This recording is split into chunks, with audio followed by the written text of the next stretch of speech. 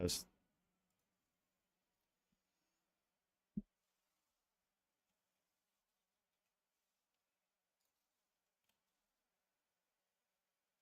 test.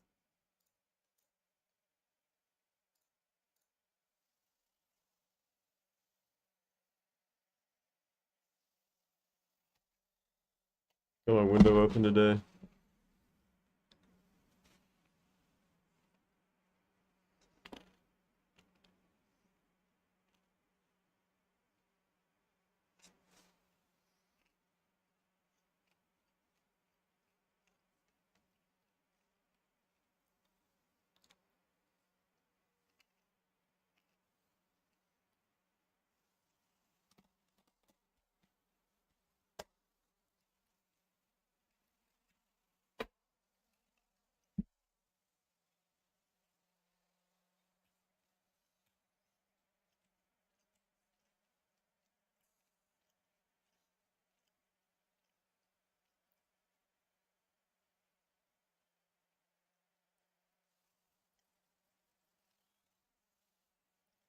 MIT. Shout out T.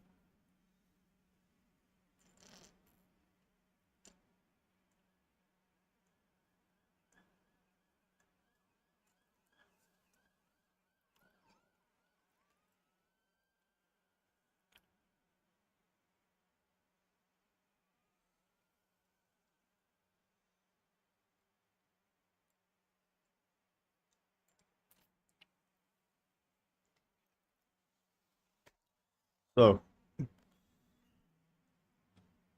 this is a week until school starts. So, I'll have my first class. I think it's going to be compilers, yeah.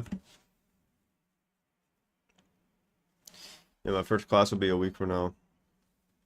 Uh, on Monday.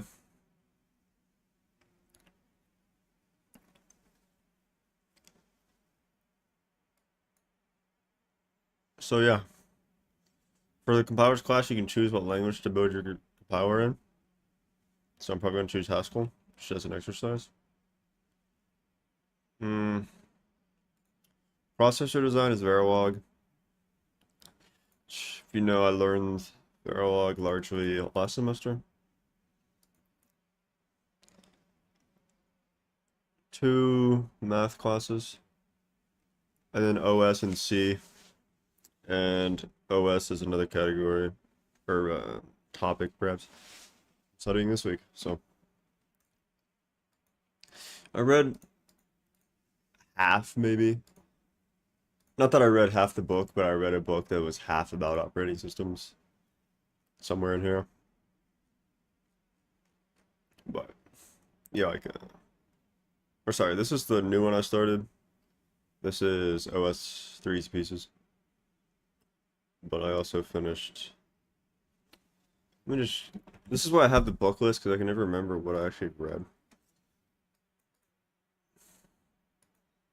I read this Computer Systems and Integrated Approach. Read two Verilog books. And yeah.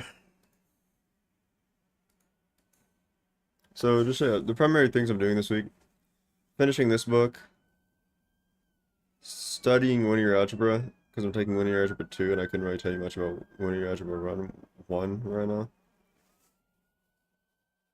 Working on Punt Engine, that'll be later in the week.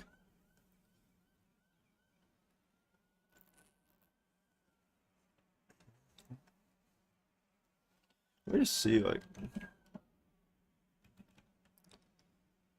it's Tuesday. It's Tuesday? Oh, dang, I thought it was Monday. Rip.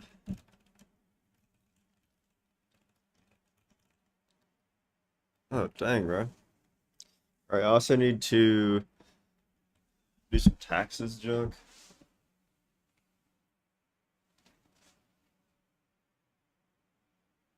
Let me set up one for that. Do it on.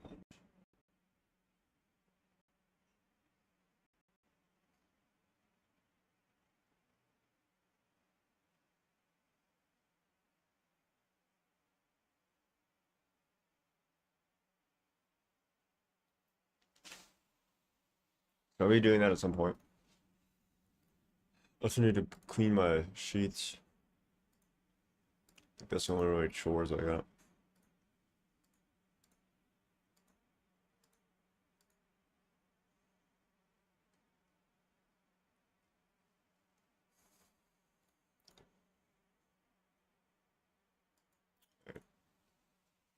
Reader. It's read about reader, yeah. Functions waiting for input. Need some.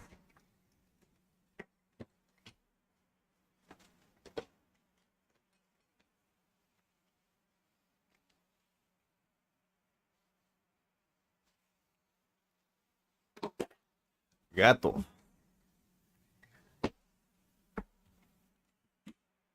Alright. Last two. Let me get my GCI. Dude. I hate this automatic window moving. Just let me move my windows. The last two chapters are focused on some type classes that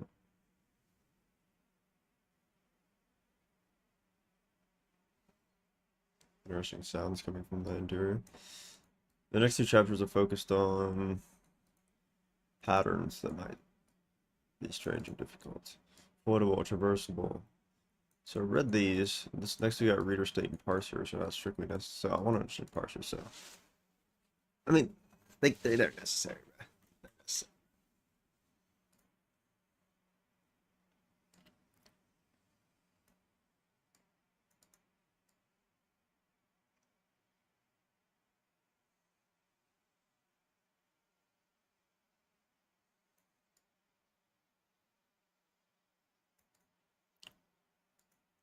So what do we do with the reader mode? We don't want to simply pass the information as arguments because it would be present in the type of almost every function. This can make the code harder to read and harder to maintain. To address this, we reuse the reader mode. In this chapter, we will examine the functor, applicative, and monoid instances for functions. That's interesting.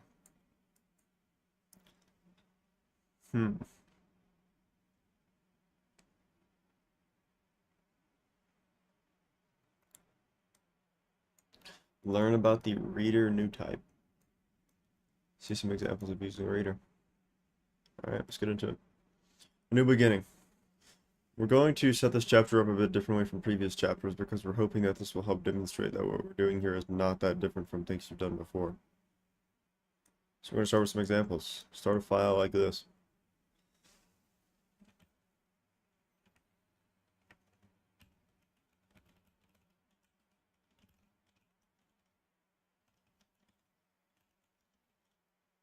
I already have a Haskell in here. That's an already deleted temp.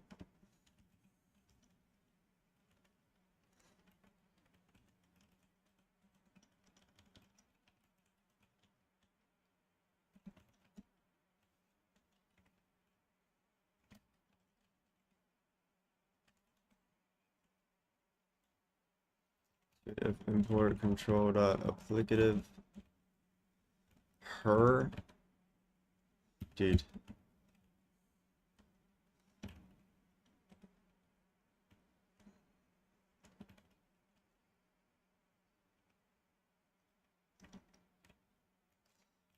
Using just arbitrarily not funny random variable names is kind of rage bait.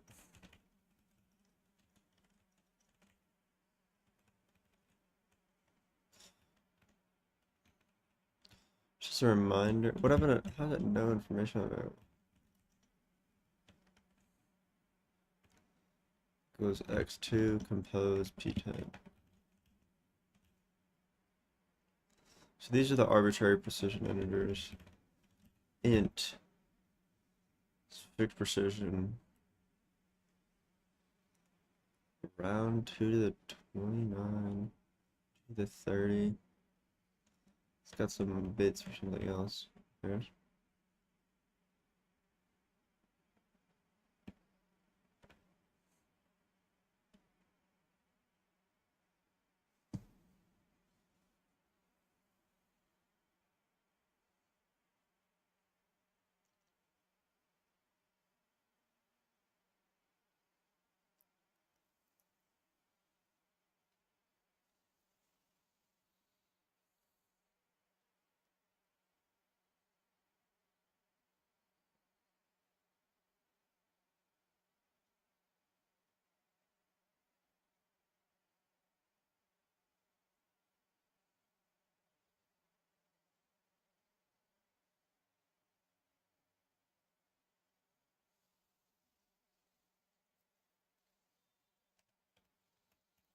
I'm gonna do this and then this.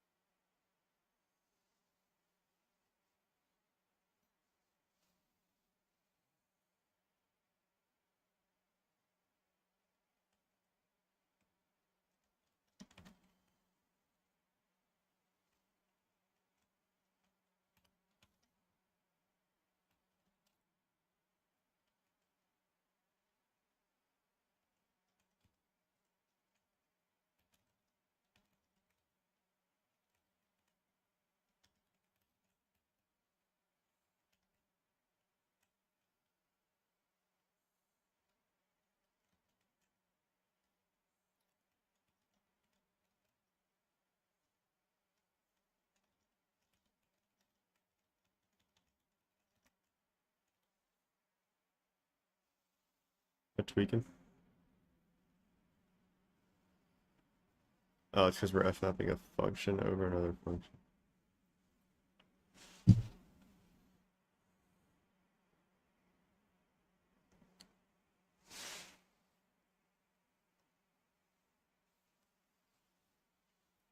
Or, okay, yeah, it's because the f-map is a function over the other function.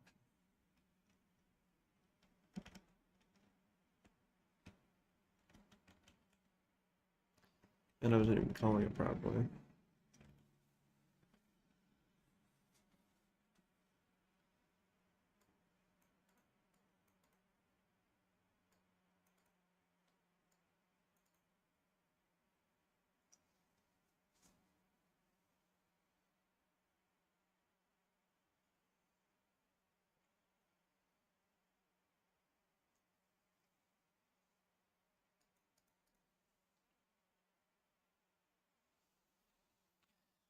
Functor of functions.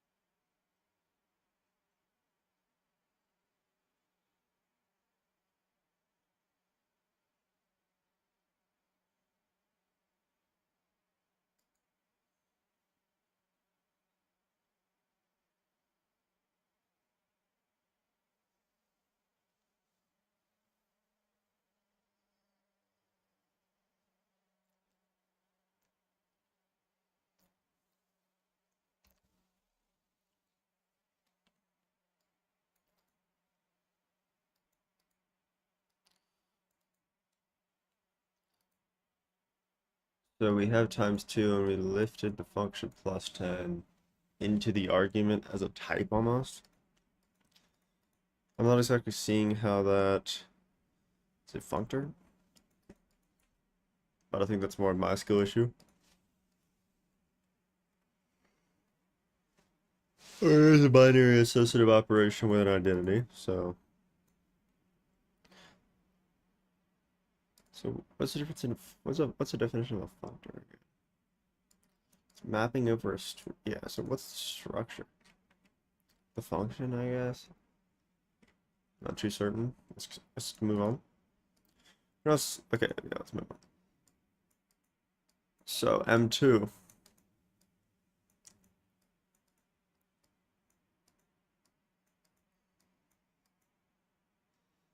plus fmap her AP apter. So we get it. Let's look at M2. Integer.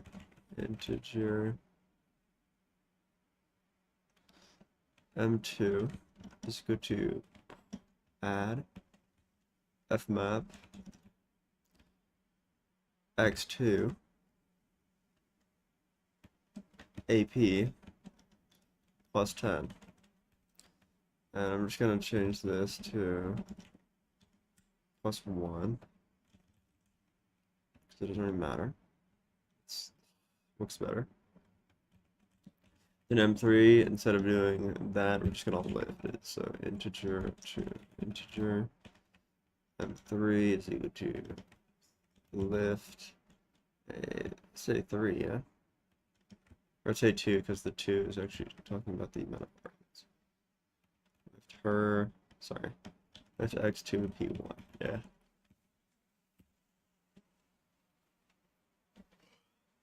Okay.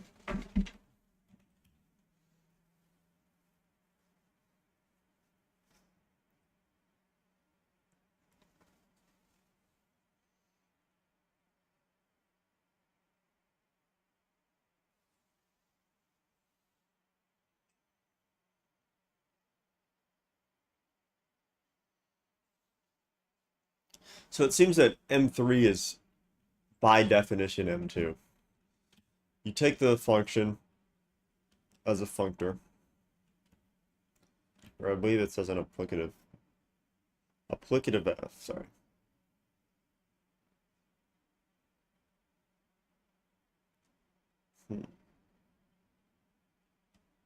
What's the structure here?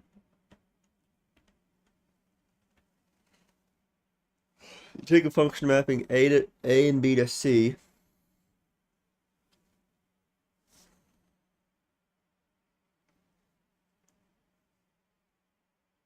So I think the functor is the function. Yeah, that's kind of curious. So addition here is the function mapping A and B to C. X2 is FA, where the functor is almost, or it is the act of multiplication and addition for P1. And then you get, I'm not sure how C is also in the functor. Maybe it's just that it can have the same operations applied to it. Not too certain though. Or I guess we're in the applicative context, fair enough.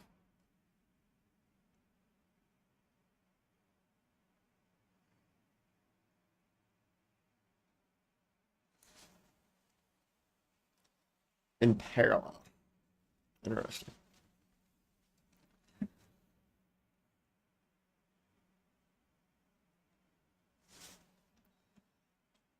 M2, 3.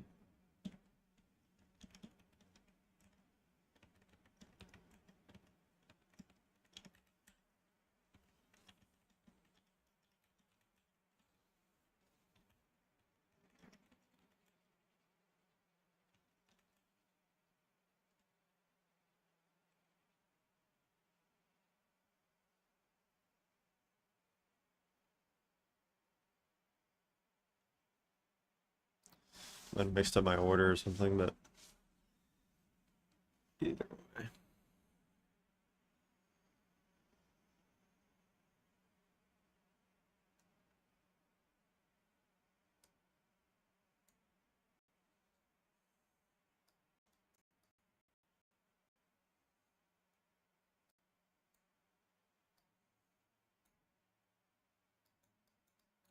Understood here.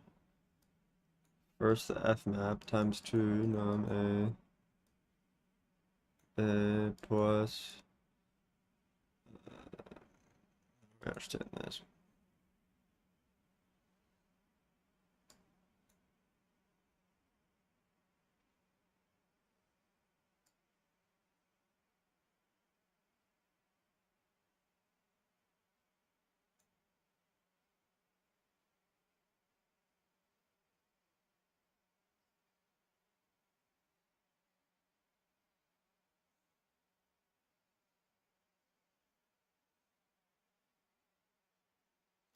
So fmap is just function composition. It's like getting the +2 and sticking it in here.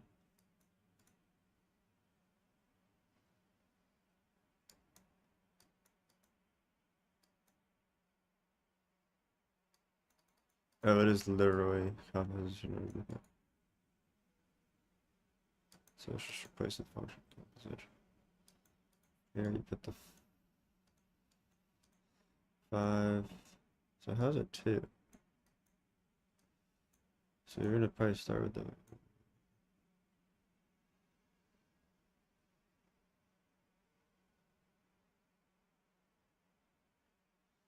start with the 5.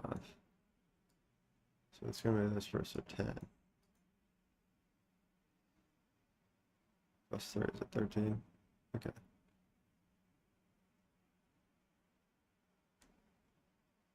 So that makes sense. So you have this. This is function composition in effect. So apply the first argument to the times 2. 5 times 2, 10. 10 is already applied to this. Then I'll apply this. 13. And if you want to go through lambdas a bit, I think my head is going to, let's imagine lambda x plus 2 times x. Agreed.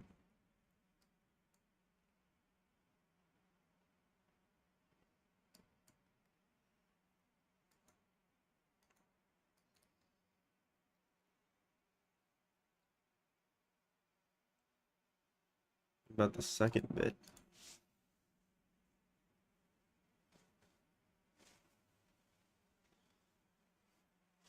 That was applied to here.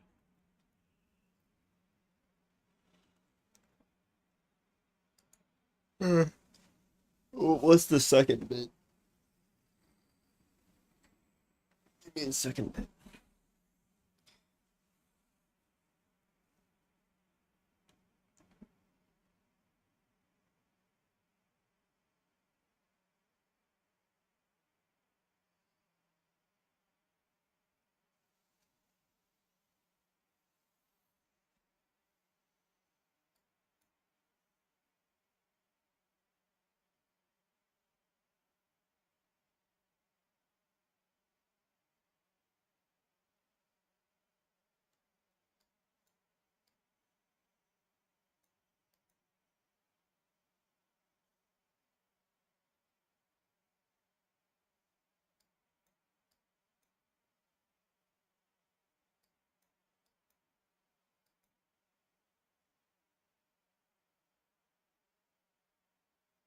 Hmm.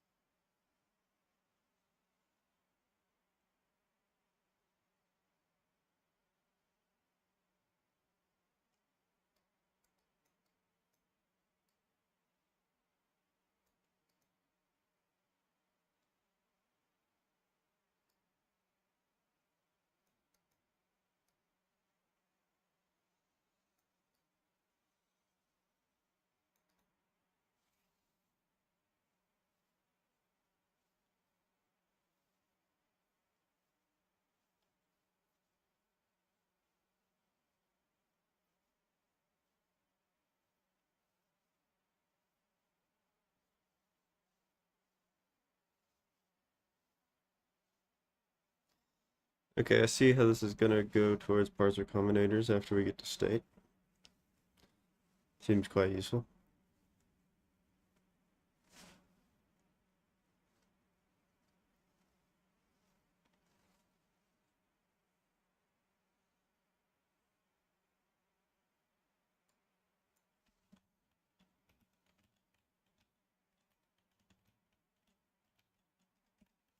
Am I chopped? Can I not do text in 2025?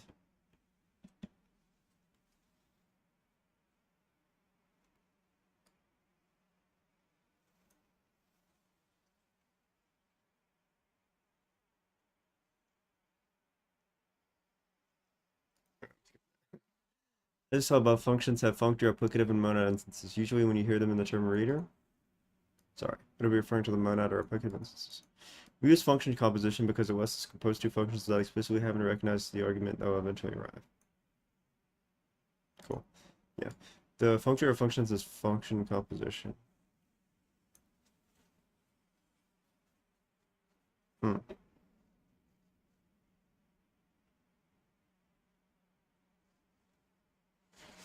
A functor is how you apply a function through some structure without changing the structure.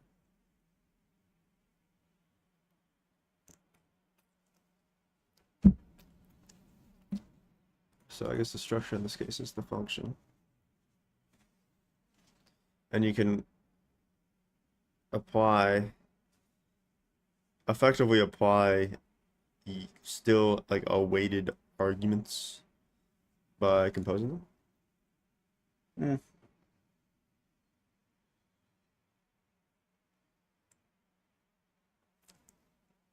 That's a bit of a stretch. Perhaps I'll build a better intuition by the end. Let's see. With the functor of functions, we're able to map. With the functor of functions, so function composition, we're able to map an ordinary function over another to create a new function. Yeah. The applicative and monad instances for the function type give us a way to map a function that is awaiting an A over a function that is also awaiting an A. That's true. Giving it a name helps us know the what and why of what we're doing, reading an argument from the environment into the functions. It'll especially be nice for clarity's sake later when we read the reader monad transformer. Looking forward to that. Indeed, it's a bit exciting. Let's back up here and go into more details about how a reader works. Sure. Breaking down the functor of functions. If you bring info functor up in your REPL, one of the instances you might notice is one for the partially applied type constructor of functions, arrow R. That is curious. This can be a bit confusing, so we're going to unwind it to hopefully it's a bit more comfortable. First, let's see what we can accomplish with this. So, fmap plus 1 times 2, 3, 7. Right associative. Right. Is that the word?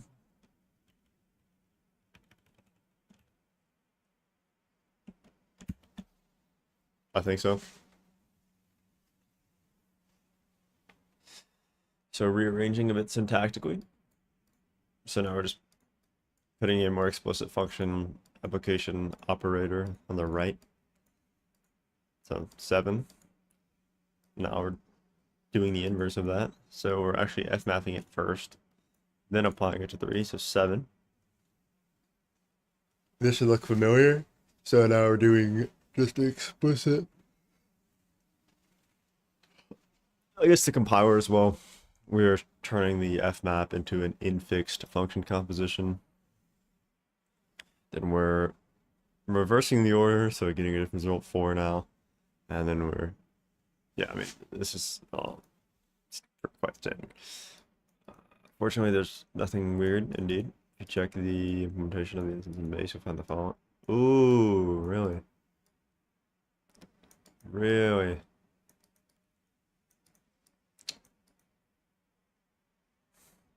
That's kind of cool. No, that's kind of cool.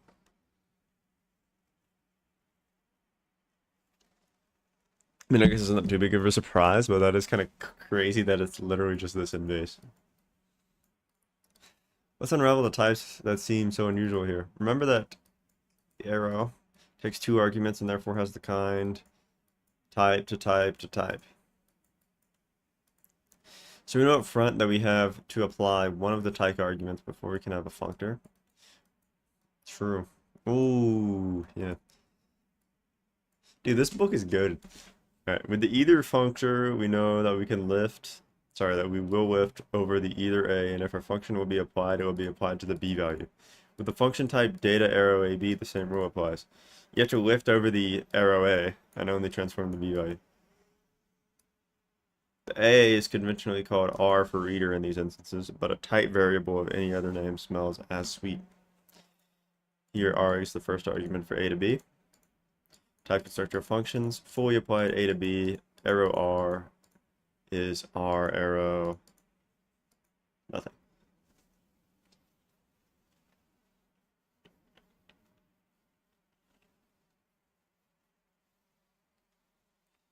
So when you're lifting the functions on top of each other, that's why it is right associative. That might be jumping a bit too far and incorrect. That's what I'm getting from this. Or that's why it's like right in those. Which kind of tracks from the study of like either as well. Yeah, they would have mentioned that.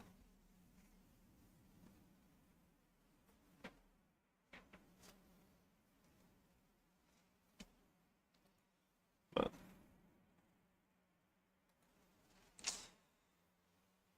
from this we can determine that R, the argument type for functions, is part of the structure being lifted over, not the value being mapped over. Yeah. This leaves the result of the function as the value being transformed. This happens to line up neatly with what function composition is about. Exactly. Now, how does this line up with functor?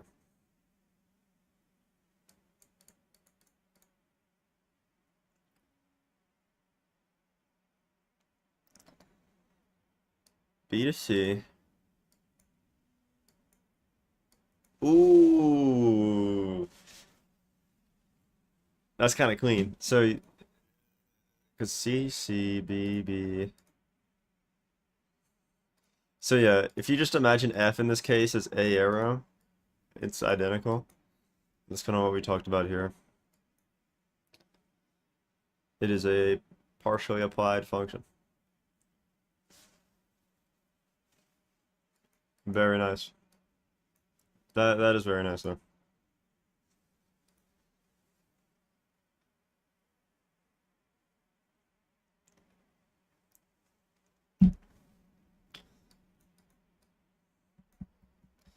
Changing up the letters without changing the meaning. Yeah.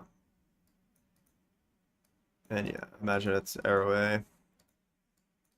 Functorial lifting for functions. But yeah, what is reader? When I go to that. Reader is a new type wrapper for the function type. Reader RA is equal to reader internal run reader of type R to A. The R in this type we're reading in, and A is the result type of our function. The reader new type has a handy run reader accessor to get the function out of reader.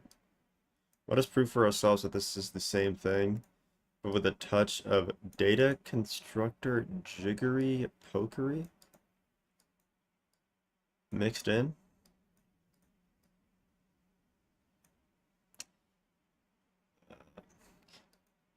Okay. What does the functor look like for this compared to function composition? Probably looks quite similar, I mean. So, instance functor for reader R, where fmap A to B, reader RA to reader RB. So this is the type. Okay, so you need a reader RA, a function mapping A to B, and it's going into reader R, mapping A to B. Okay, so fmap F, reader RA. This is F, reader RA, equals reader R, function RAR.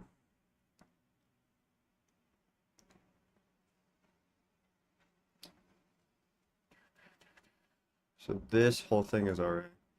So RA function is this function applying to RA, and R is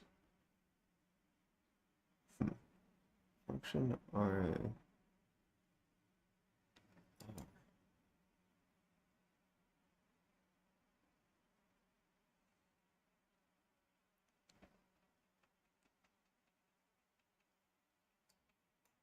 I get R becomes A, right? R is A, yeah. A to B, this is F. Reader RA is RA. Or sorry, reader R is RA. And then we're getting this A. I'm not sure if this RA is reader R. Nah, this is going to be reader R. This is going to be RA. This whole thing is RA. This is the second input. F, reader array. Reader. Returning the function here. F, array. This already seems fully applied to me with just array. Or no, because rip. So yeah, I'm a bit confused here. We have this lambda.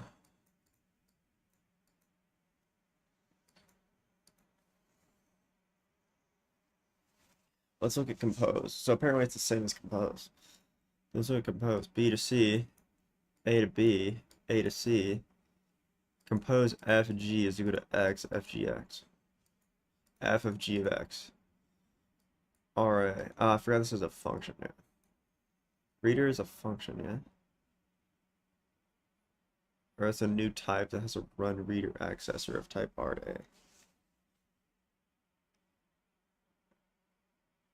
Yeah, so this still needs to be applied, yeah.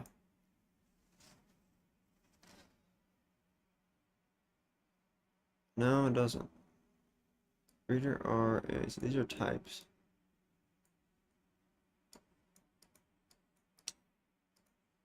These are types, these are values. I think that's my problem. Yeah, these are types, these are values. This R is in the type. This R is a value. I think that's what it is. Yeah, this is the input. So we're taking the function in the reader. The reader RA is already a function, and we need a type of R to pass into the reader. Okay, that's chill. So first we take this R, apply it, we run reader on it, then we run the bigger function, and that leaves us with a reader RB. Yeah, that's chill. Okay, that took me 2 eons.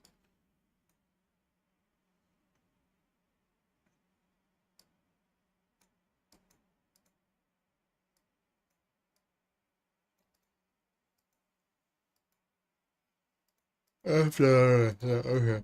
It's kind of hard to. My intuition was that this wasn't a function. It kind of started confusing me about the kind of overloading of R here. Not overloading in a programming sense, but overloading of like the literal character in this snippet. We can use the fact that we recognize this as function composition to make a slightly different reader that has just literally a function composition operator. So what are we doing? We are unpacking R to A out of reader, composing f of the function we unpacked out of reader, and then put the new function made into composition back into the reader. That's that reader on the outside, yeah. Without the reader new type, we drop steps 1 to 3, yeah. So exercise, I'm showing. Functions have an applicative as well. Dude, I thought there was caffeine in this. I'm about to fall asleep. Also, it's tannin maxing me right now.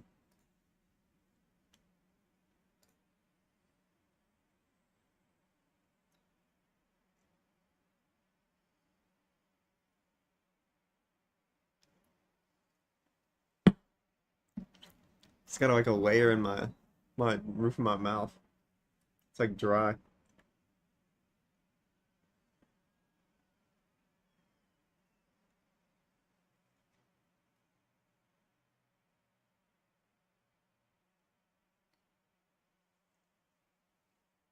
Catechins.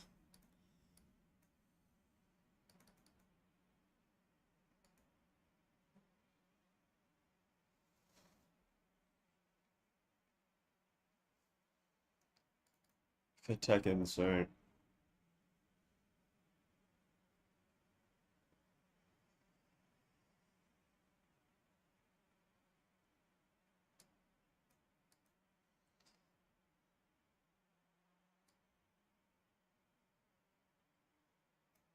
T students. Bro, I'm trying to be a T student.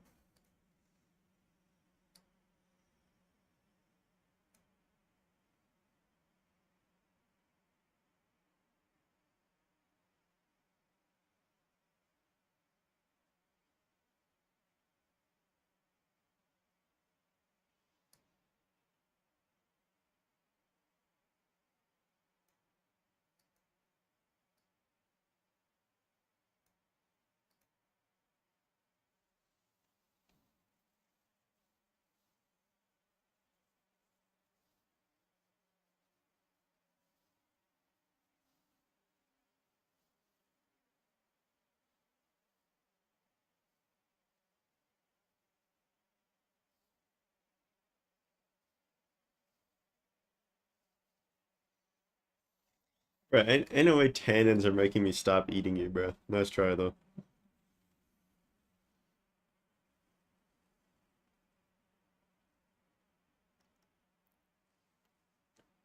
I guess it's more just making you prefer the ones that are ready to disperse seeds or something.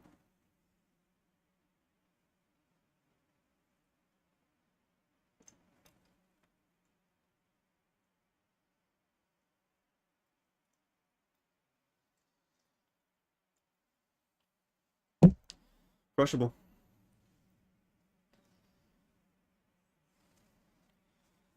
Chinese tea? I think this is like an Indian tea or something.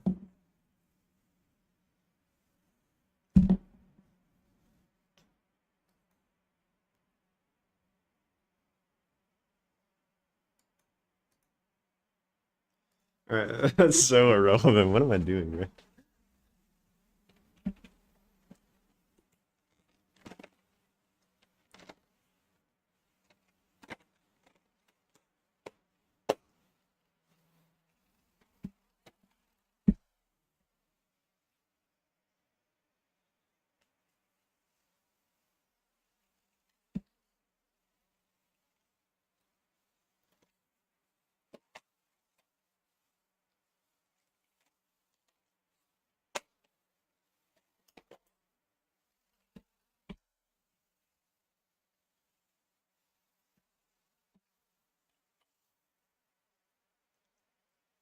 Here, let me read this section, I'll get another bev.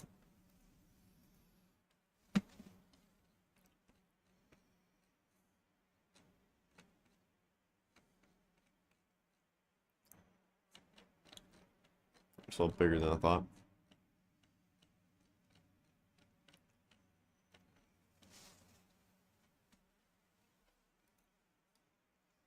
Functions have an applicative too.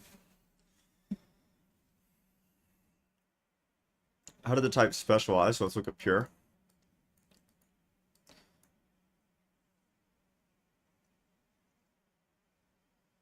A to RA. R to A to R to A.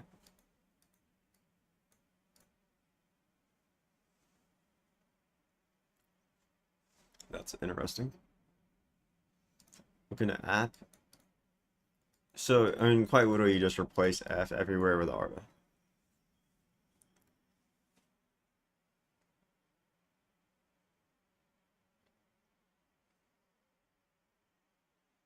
I'm gonna need a demonstration, indeed. Dude, I gotta get another bev. My mouth is so clapped.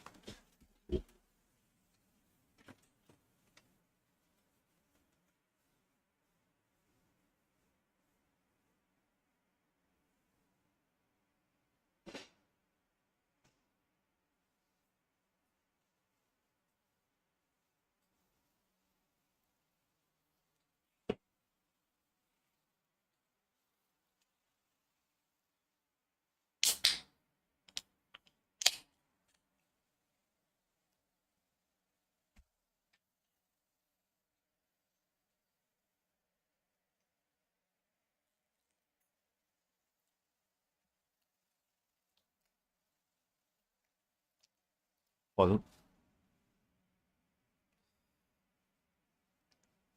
Gotta get my check in right quick. Sick one.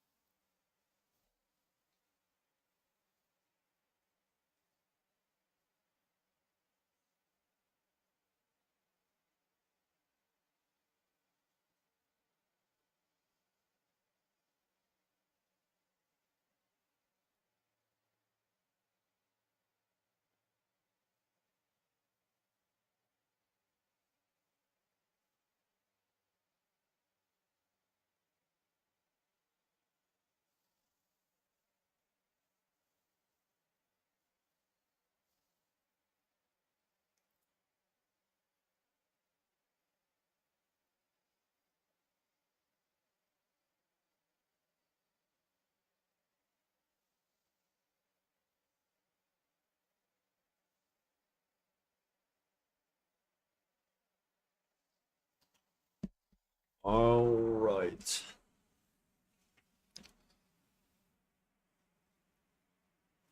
Neck check. So it's similar to others we've done in the book. Start with some new types. So we're gonna have human name as a string, dog name as a string, and address as a string. Thanks for using things that actually exist and not bip, boop, and bop. Appreciate it. We do this so that our types are more self-explanatory. Oh, really? To express intent, so we don't actually mix up our inputs. String, string, string is kind of annoying when strictly any string and they're processed in identical fashion and you make the difference explicit and have two record types. So a person has a human name, a dog name, and an address. A dog has a dog name and an address. Some sample data, you can modify them. Sample data, okay. Without reader. So what are we doing without a reader? We're getting a person. So we get dog, person, dog, get dog, P, dog, dog name P. So this is like getting the, literally getting the person from the dog. Okay.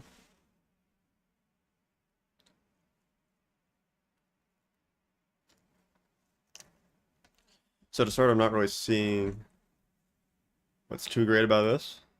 I guess you abstract away the P argument because you're composing these, but I think you could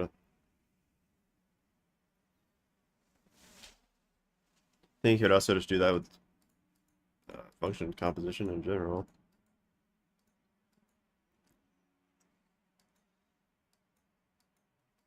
Right?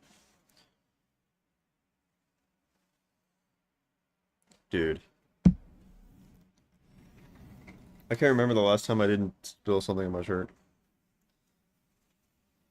Like, nobody ever taught me how to drink out of a can, right? I need a sippy cup. Need somebody to feed me.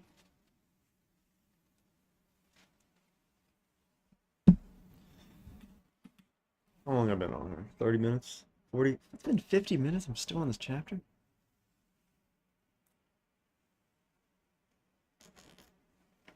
Lift A2, so control picket of lift A2.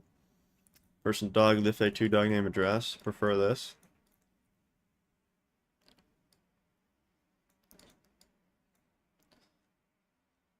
Chilling on that. Monad of functions. Functions also have a monad instance. You saw this in the beginning of the chapter, and perhaps you have some intuition how far this must work. We're going to walk through some demonstration to see how it works before we get into types and instance. Feel free to work through this section as quickly as you think is appropriate. Start by supposing that we could write a few functions.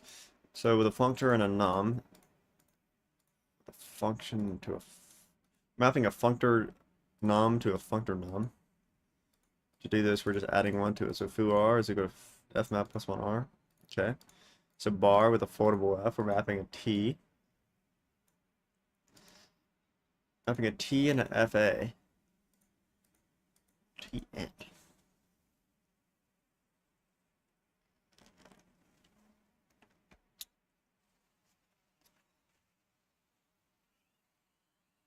Bar. What is bar doing here?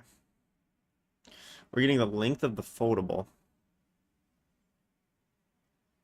What? I'm quite surprised by this.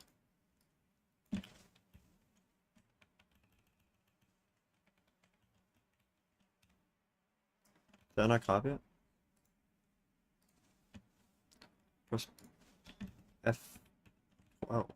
So, what the heck is that? V. Why is it V? G. $sign P. Okay, there we go. Really? This compiles. Man. What the heck? How can you get the length of T? How's that defined?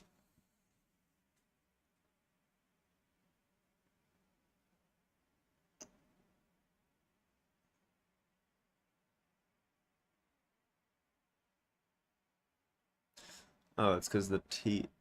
Yeah, it's because it's not the same T. But I don't know why you'd reuse that. Why would you use a T here and then change it up here? It's freaking horrible. So you can get the length of the foldable, but you're calling it, name this F. Name this F, bro.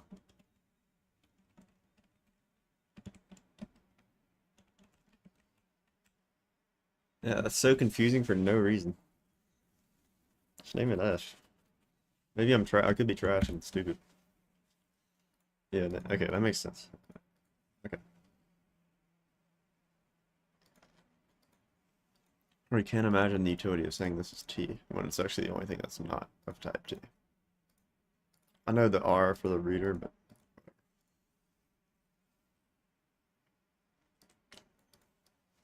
I'm gonna make one function that would do both. Increment the values inside our structure and tell us the length of the value. So we want to increment A and tell us the length. Okay.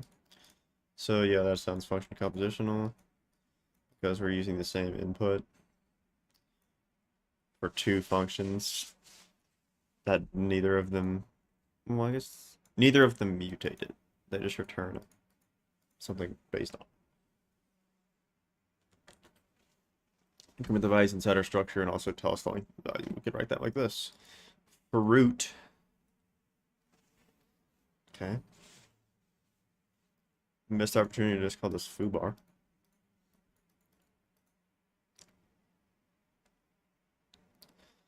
Num a. So we're having a list now, so you can just imagine this is followable. Just taking a list and returning the list and int. Oh, we're mapping +1 to the list, and then we're getting the length.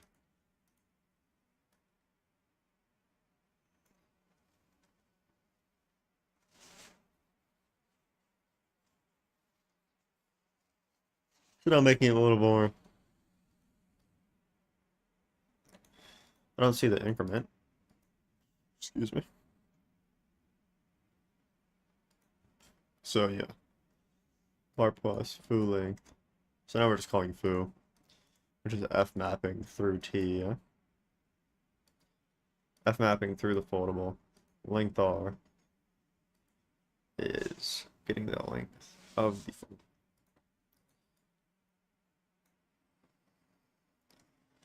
More compactly by making foo r the first argument to bar. Nice. Bar foo r r. Let's go back to bar. So this is foo r. Foo r is f mapping over the functor. It's gonna be foo r. Foo r returns fa. I guess you can call that a t. Then we're returning a fa. Yeah, because this is like this is functor, not function. Okay. Fmap +1 into the yeah, this is like the functions of as functors thing. So this is the reader, which we're using here as the reader. Okay, big brain. Ooh, that's nice. Would be nicer if this wasn't called T and then moved to R and this called T in my opinion, because that kind of messed me up again. But that is clean. I will admit that's clean. So let's make a small change to make it look a bit more readery. Maladna. Fruity. Dude, what are these names? Fruity tick. Num a. Still list pilled. To int. We have a lambda bar foo r. I think it makes it look too much more readery. I guess it's because you're being more explicit about the R arrow. Then we abstract this out so it's not specific to these functions. Nice. Foo bind mk. That is quite. Yeah. Thanks for doing this because I really wouldn't have understood this in context without context, especially with no types. Foo bind mk. Not sure where these names are coming from.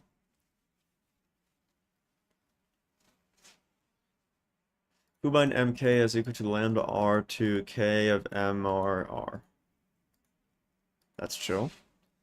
This is in this very polymorphic version, the type signature would look like this. So this is the reader. That's bar effectively. Or sorry. Yeah, I think it. I guess it doesn't matter which one you use. Bar foo. Or I think that is either way, I think that's bar, yeah. Yeah, it's just kinda hard to read. That is all. I'm not sure to be honest.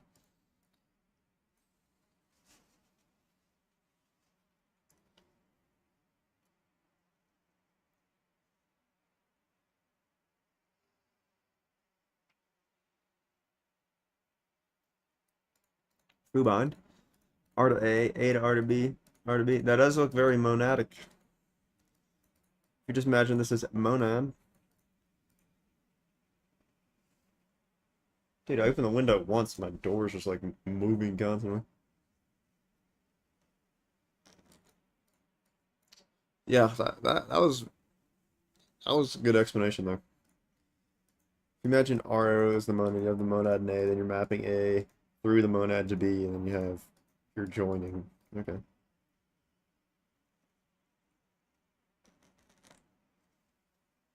Clean. Quite clean. So yeah, that's what quite monadic. This is how we get to the monad of functions. Just as with the functor and applicative instances, the arrow R's are structure, the N, in the type of bind, indeed. Next section, we'll look forward from the types of the monad instance. As we noted, the R argument remains part of our monadic structure. Bind, monad M. So yeah, just arrow R replaced with M. MA to A to MB to MB.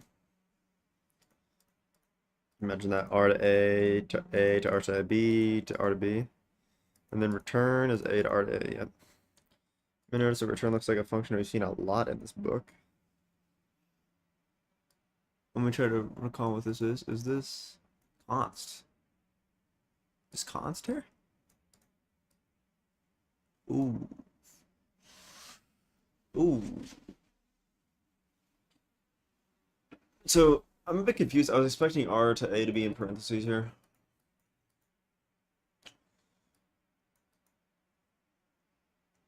But if not, that looks quite like const.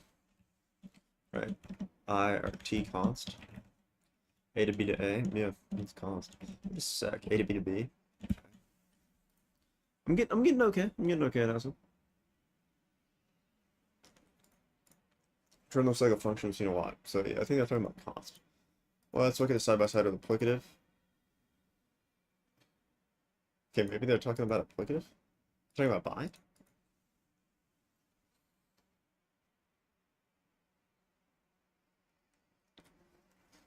Example uses.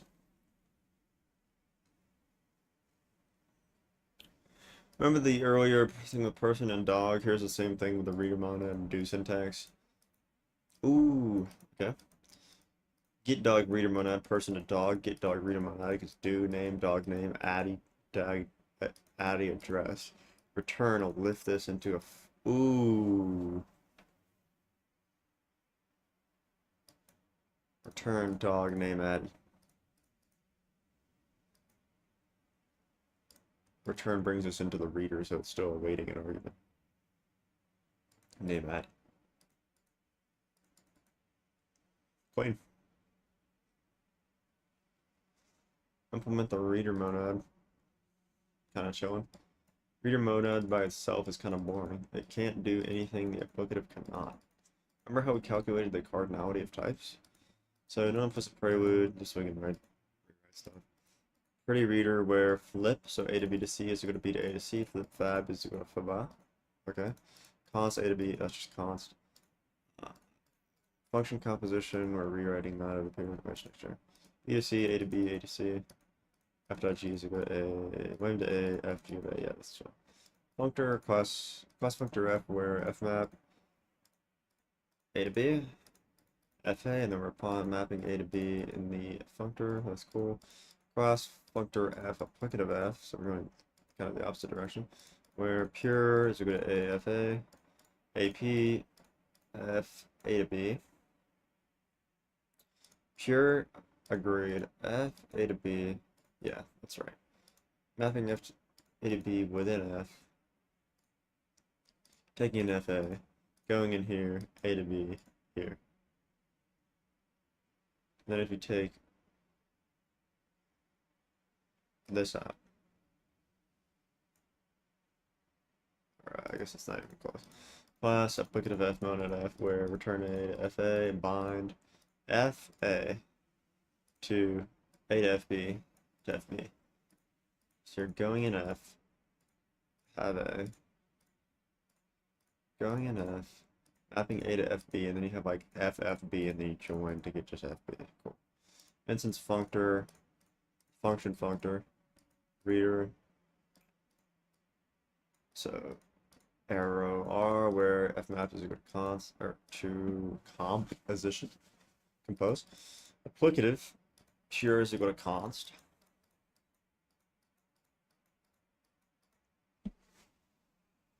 Pure is equal to const. That's like the identity function. Okay. That's pure is equal to const. It's kind of curious. Okay. So FAPA is equal to wham to R to FR AR.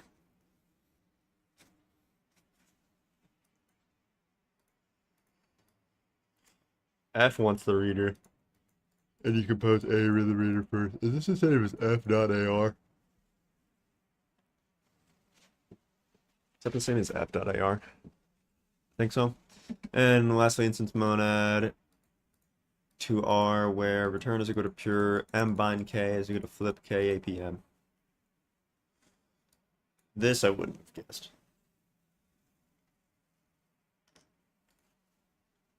Flip K APM.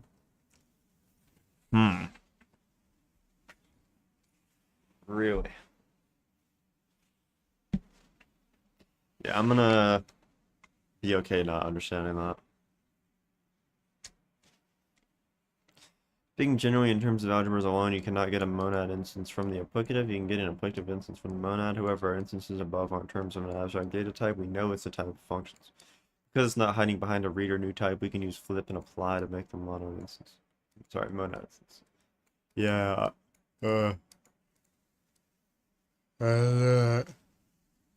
We need specific type information to augment what the applicative is capable of before we can get our monad instance. The idea to define a monad instance of functions in terms of the applicative using flip and apply. Courtesy of Joseph Tell Abrahamson. He's a PhD student studying statistics, signal processing, and machine learning.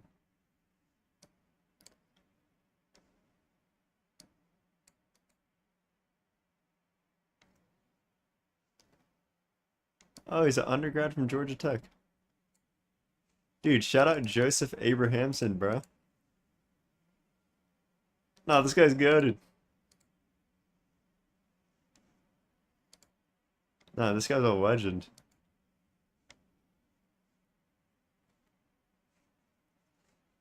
Where's he a PhD student? Student on hold. No, that means. Wow, this guy's dope, bro. Nah, this guy's crazy. Where's it still? Nah, shout out Joseph Abrahamson, bro.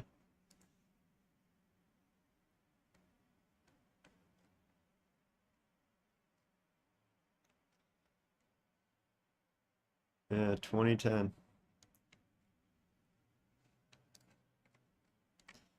Dude, shout out Joseph Tell Abrahamson, bro.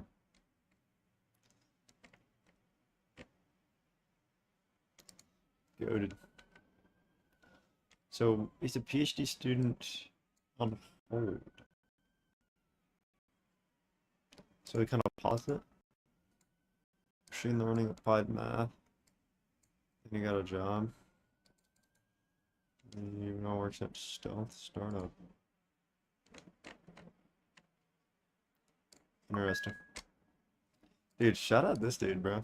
That's kind of cool. Shout out GT. Bro was the last person before me to study Haskell at GT. That's false, but if you round down, I guess. You can change what comes below but not above. The read-only nature of the type argument R. Read-only. Yeah, I guess so. Means that you can only swap. You can swap in a different type of value. Dude, I'm chopped. Read-only nature of the type argument R means that you can swap in a different type or value of R for functions that you can call, but not functions that call you. The read-only nature of the type argument R means that you can swap in a different type or value of R for functions that you can call, not for function. Oh, yeah. Yeah, that's free. The best way to demonstrate this is with the with reader T function was supposed to start a new reader context with a different argument being provided. Let's see it. So with reader T, we have function mapping R prime to R. That modifies the environment. Then we have a reader T RMA. Okay, and we have a reader T R prime MA. So RMA is the computation. And this is defined as well. So FM. So F is the function mapping them. M is the computation to run in the modified environment. We're returning a new reader T structured from run. Okay, so what's a run reader T? Oh, that's. So this is running the reader. M compose F.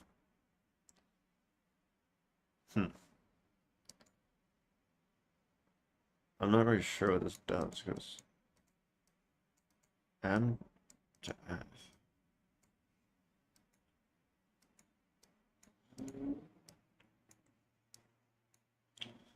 This is a bit abstract to me currently.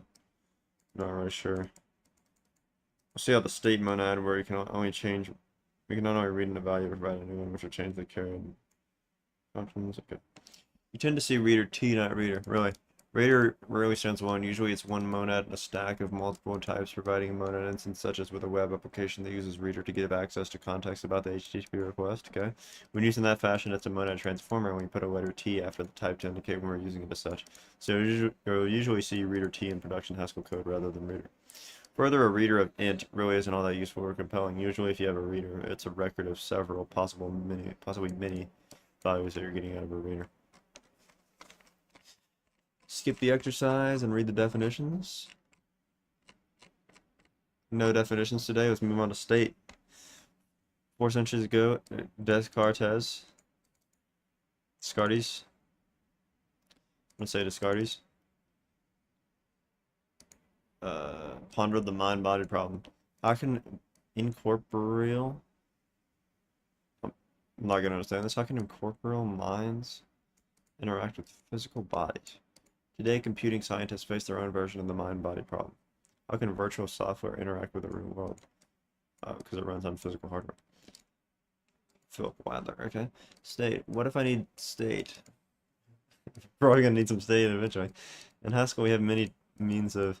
I kind of like how, like in a Haskell book, you can spend about 40 hours reading before you know what I/O is, and even like what state is. Kind of impressive.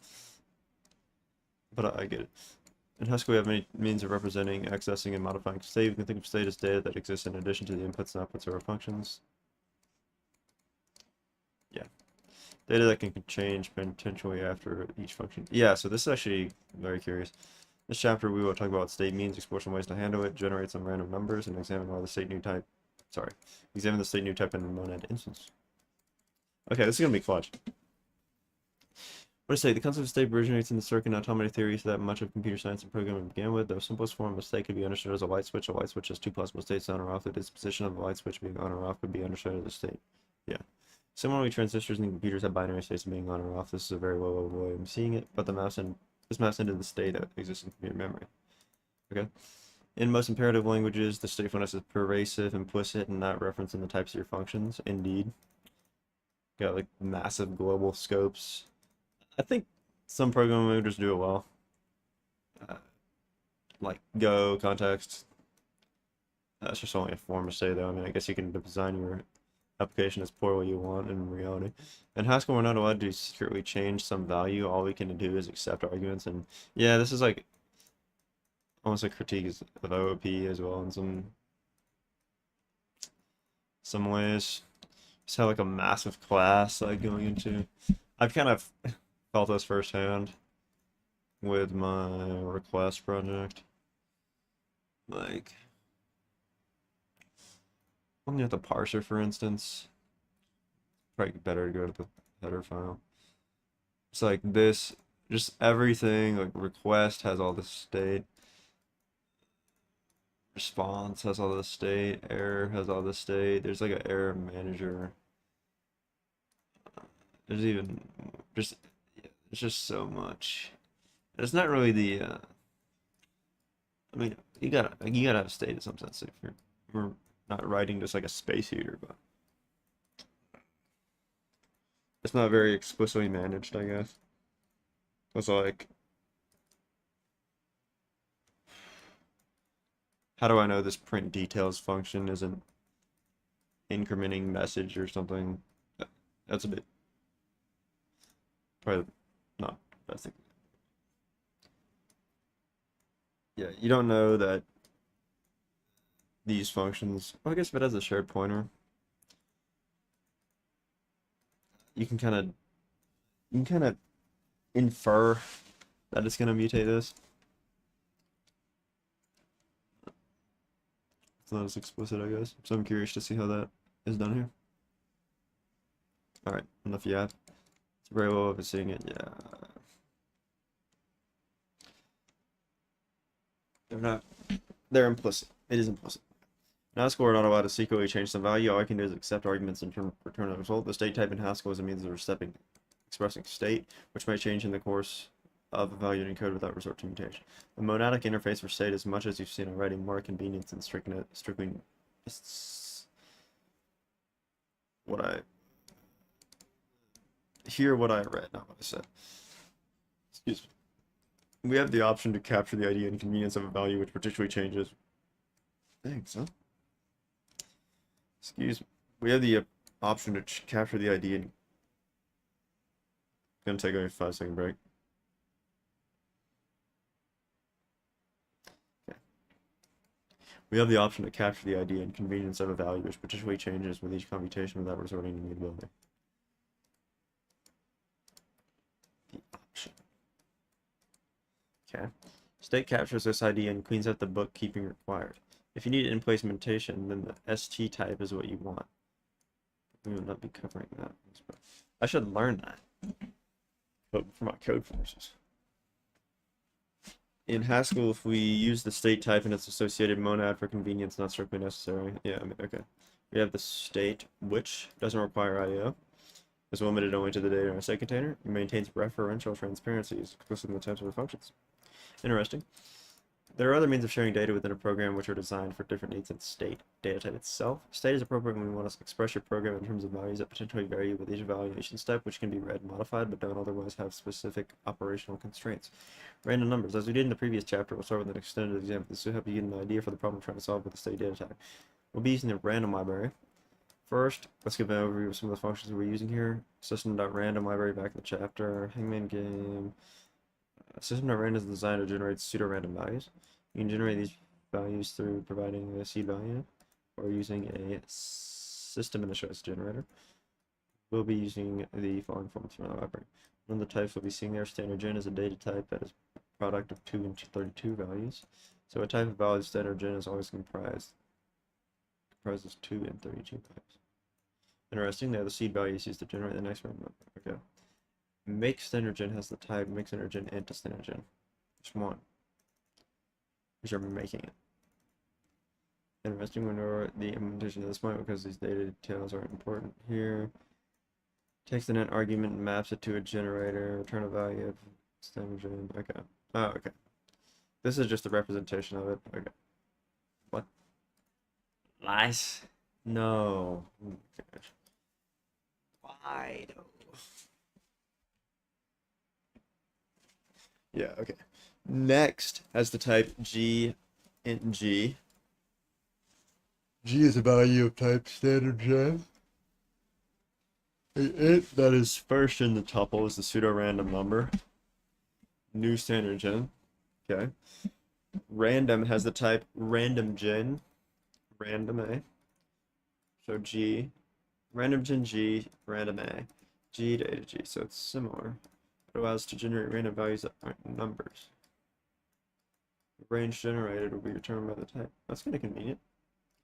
Have a little demonstration. Import system random makes standard gen 0, 1, 1. 1, 1. It seems predictable. Okay. Let's see. Okay, I guess we get the same answer twice because the underlying function that's deciding the value is returned is pure. Type doesn't permit the performance of any effects to get spooky action. Define a new version of SG that provides a different input value to make standard and see what happens. So we have a value called nextXG. Now, if we want to use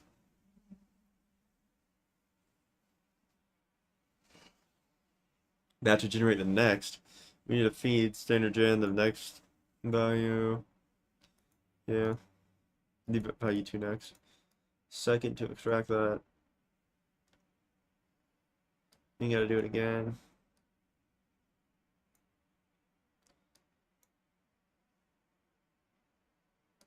So yeah, it's conclusion is that you have to chain a lot of state. That does seem monadic. So let's look at it. State new type. Defined as a type that looks like a reader.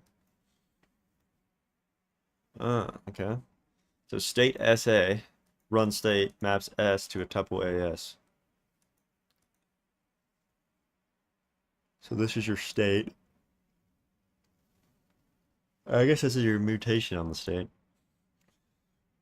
Returns your mutation in the new state.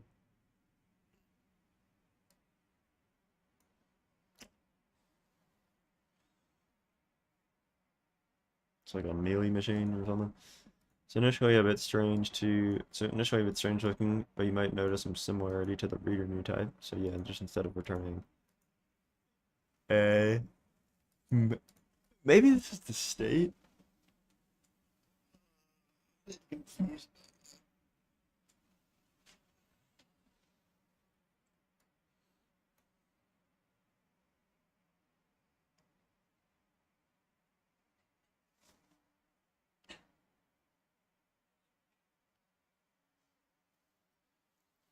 Isomorphism.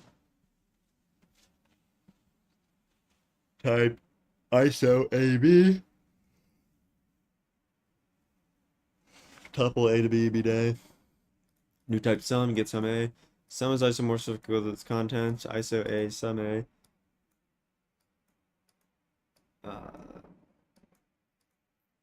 Okay. So state.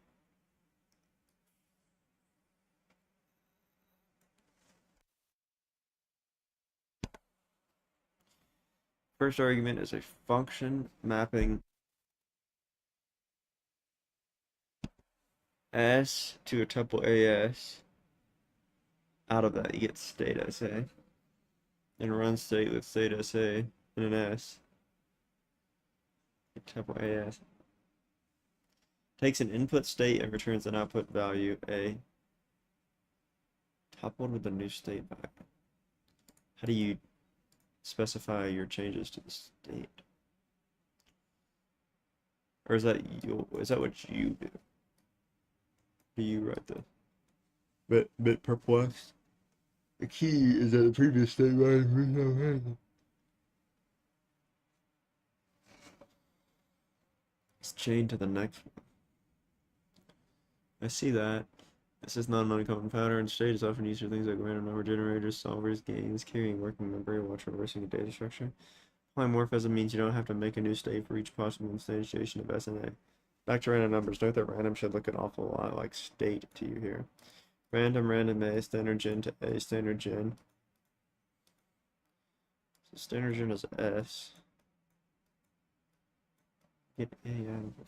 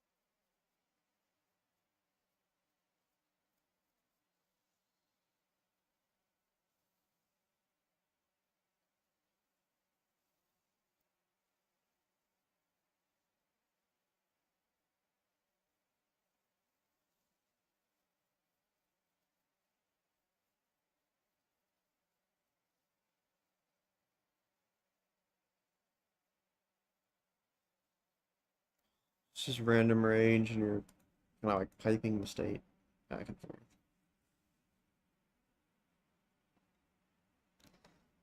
And it's giving you a deny.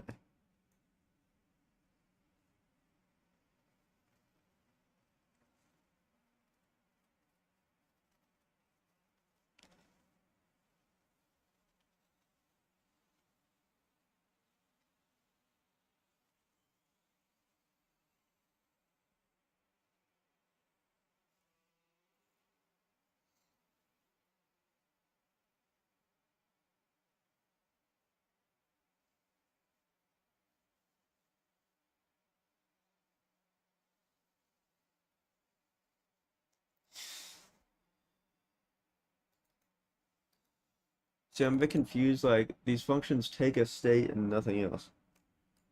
So, if you're actually changing the state, that's done in a function that you don't own.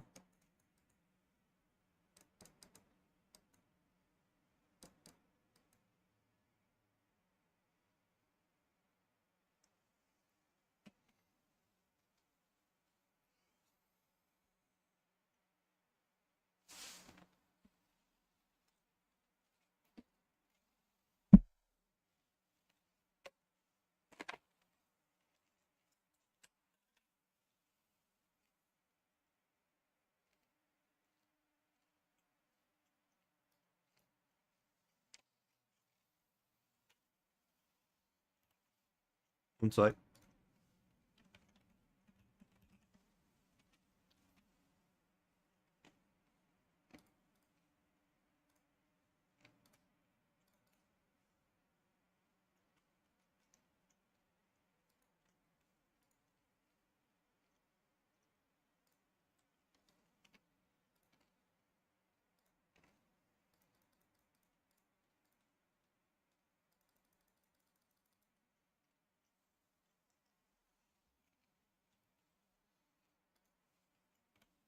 got my daily dollar on stake.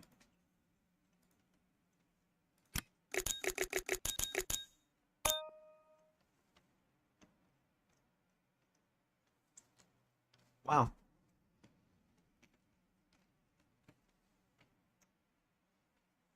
Nice.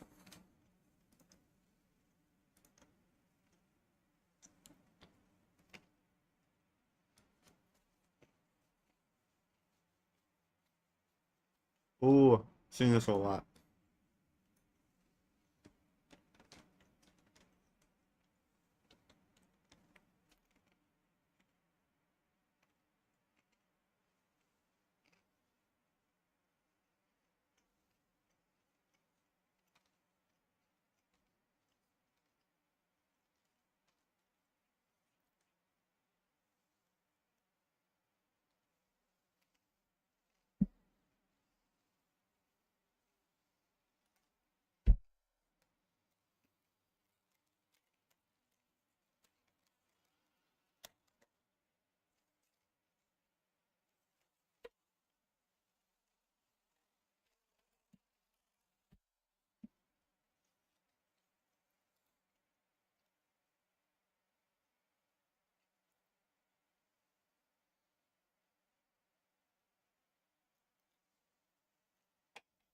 So rolling a die, the type state standard gen die. So state, I'm using do notation.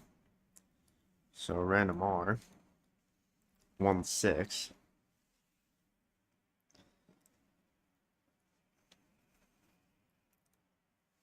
Get NS.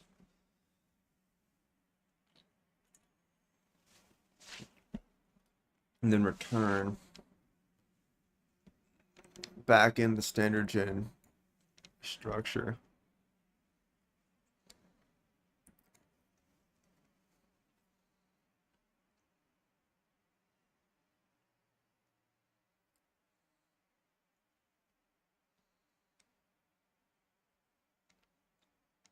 State function is a constructor that takes a state-like function and embeds it in the state monad transformer. With the transformer part for now, the state function has the following type: monad M, S to AS, state T, SMA. is super clap. Not that we're finding the result of random or out of the state of my node. I need to sit bro.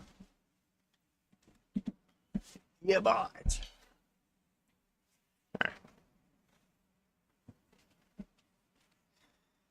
the do block is in rather than using what. This is still more verbose than is necessary.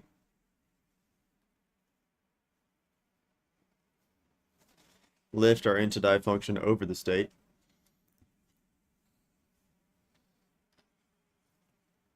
Nice.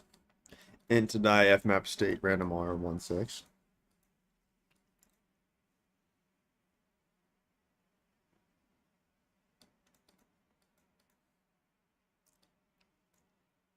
So it's mapping through the state. That's clean. State standard gen has a final type argument of int. We lifted int to die over it. That's this. And transform the final type argument to die. We'll exercise more brevity up front in the next function. Ooh. Roll die 3 times state standard gen die die die. Roll die 3 times lift a3, comma, comma. Roll die, roll die, roll die.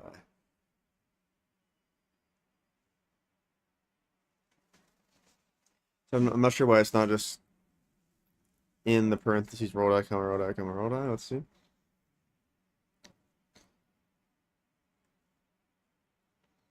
And that's because you want to run them first and then put them in there, I guess.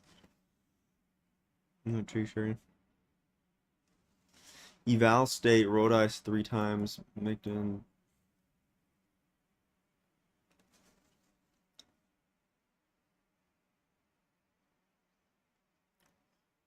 Repeat A to list of A. Infinite. Ooh.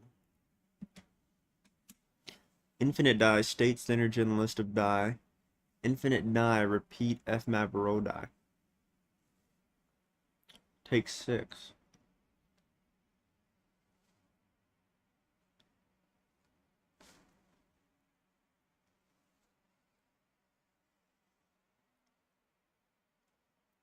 This doesn't work because we never changed the state. This is when you need to replicate M. Ah. Okay. Понятно. So replicate M with a monad M, takes an int and a monad A and returns a monad of list of A. N die takes an int, maps it to a state standard gen die. So it's the nth die, okay. So it's like indexing into the list of A. So n die n, replicate M, and roll die. Or this is roll n dice, okay. And replicate M, and die, roll die, okay. That's impressive. Now we are rolling a single die until we reach or exceed a sum of 20. Rolls to get 20 standard gen to int, rolls to get 20 g equals go 00g, where go. So go 00g. Go int standard gen int, so g, so you're passing in the standard gen, you get the in out, you start with 2 accumulators, I guess, at 0. Go sum, so binding them to sum count gen. So if sum is greater than or equal to 20, just return count. Otherwise, so let die gen equals random r, so roll another dice, random r 16 gen. In, so then we're recursing go sum plus die. So it's go sum count gen, go sum plus die count plus 1 next gen. That's clean. Use random IO, which uses IO to get a new value each time without needing to create a unique value for the standard gen. That's interesting. So that's like the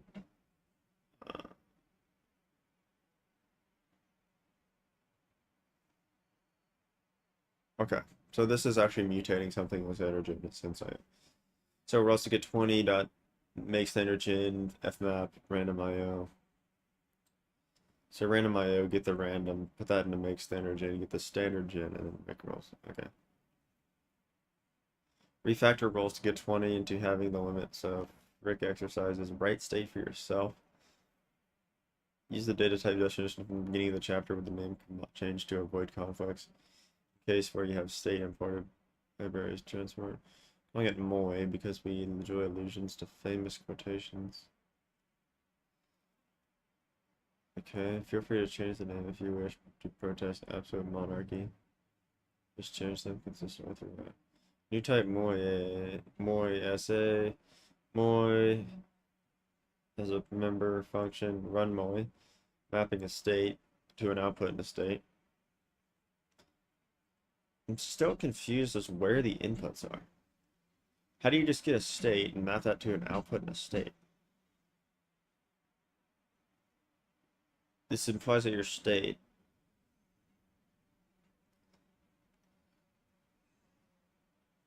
just produces outputs based on the amount of outputs it's already produced and approximately nothing else.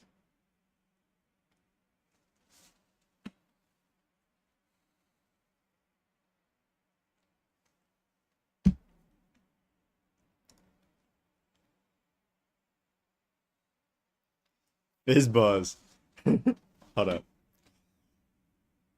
Some companies will use FizzBuzz to screen, not so much test candidates applying to software positions. I know what FizzBuzz is. So this is the way with guards. FizzBuzz integer string, FizzBuzz mod 15 FizzBuzz guard, mod FizzBuzz. Otherwise show it. Main IO, main map m underscore. So this is the monad where you don't consider the output. So we're FizzBuzzing. So we have this range 1 to 100. We are putting the FizzBuzzing the number. Then we're putting it, and then we're mapping through this. So, okay. You will craft FizzBuzz and make gossip void commodity for interviews eyes using state.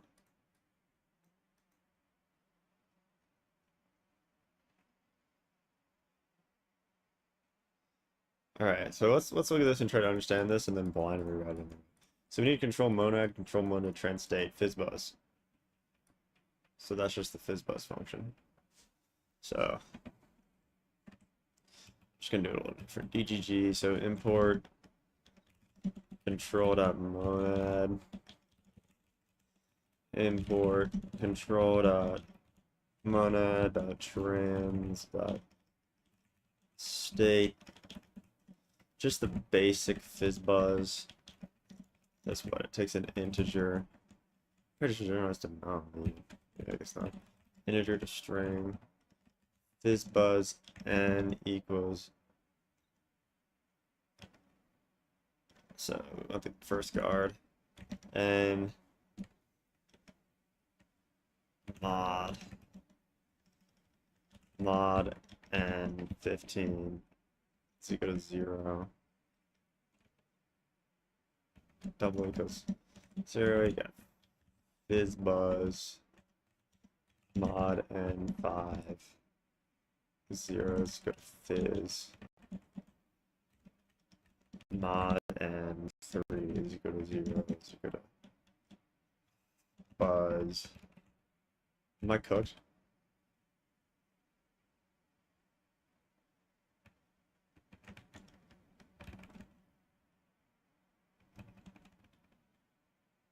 And you got, so yeah, you're not supposed to put an equal sign.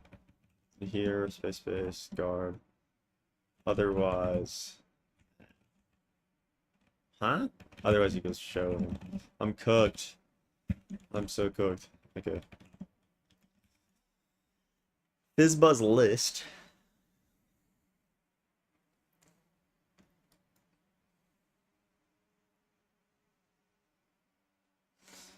List of integers to a list of strings. FizzBuzz list. Exec state map m add result list. Empty list. Add results. Takes an integer, maps it to a state string unit. Do get x's result equals FizzBuzz n. Put result append x's.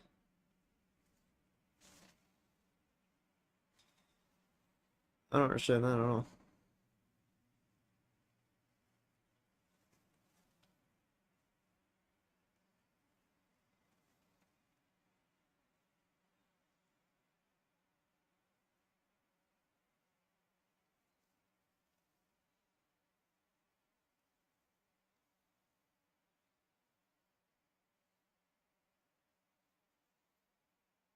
Yeah, I'm not.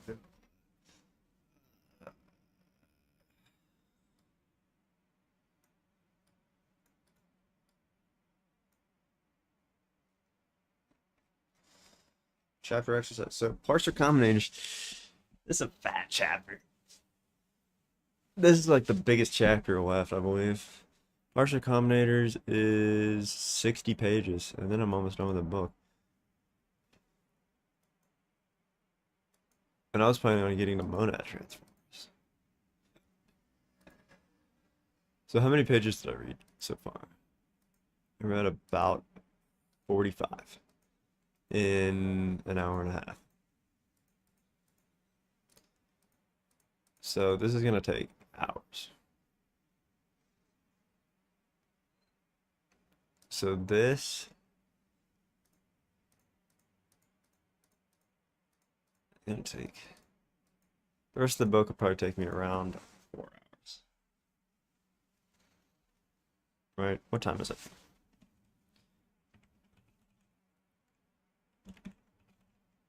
It's only 10 a.m. Damn. Let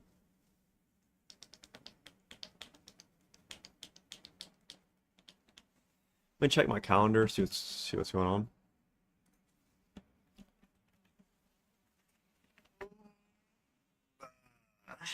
Feels like I've been doing work for 3 years. It's like I've been grinding for past 5 hours. My neck feels like it, dude.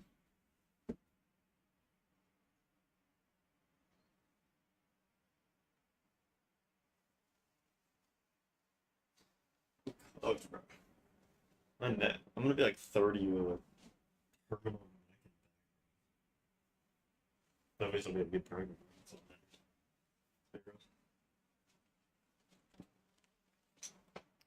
Ladma. Dude, people need to learn how to respond to emails, bro. This is ridiculous.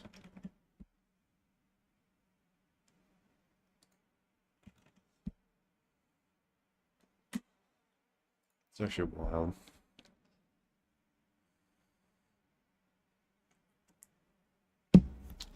Hmm. So it would be really nice to finish this book today. That'd be kind of clean.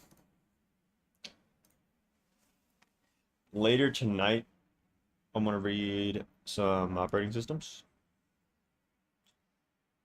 Okay.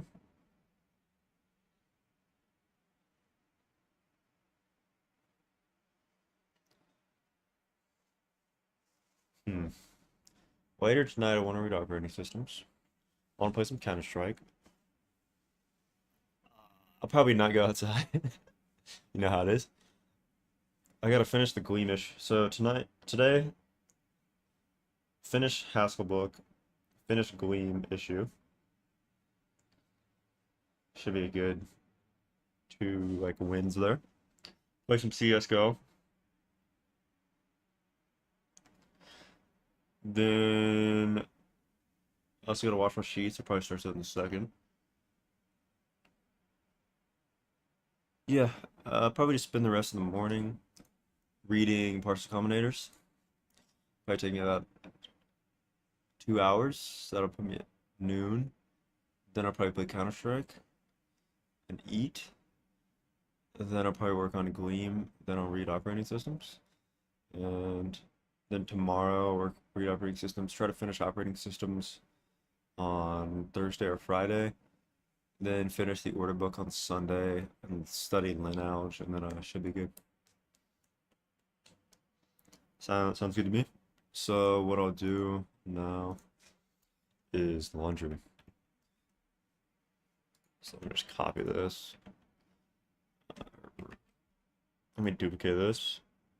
that a thing? Yeah, duplicate. This is like gone. Call this gone. Paste him in here. Cover the cam a bit. And so yeah, I'm gonna start doing my laundry. I'll be back.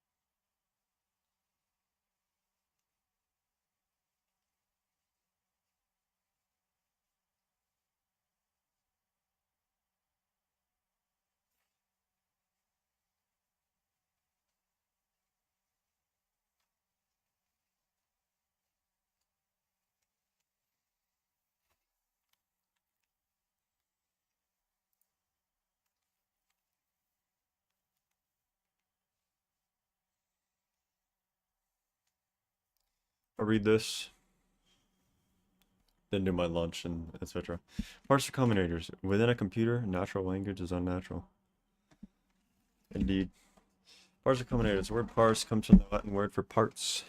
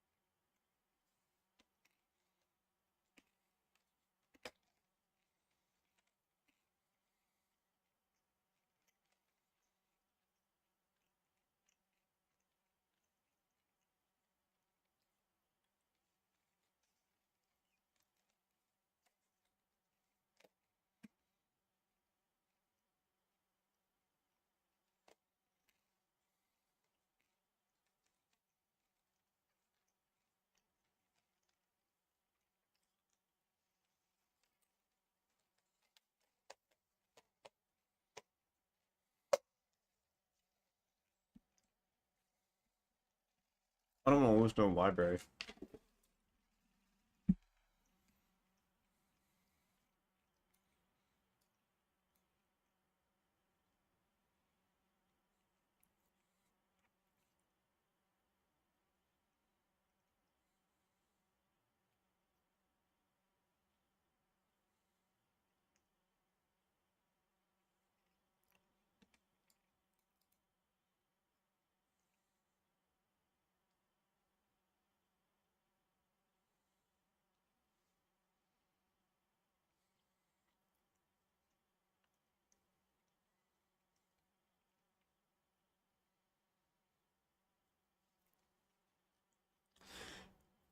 It's already pretty long. Alright. Is this still cold? Call it drinkable. 24 minutes. Dude, I hate doing laundry is just such a waste of time. Parsing process. So yeah, I know what a parser is.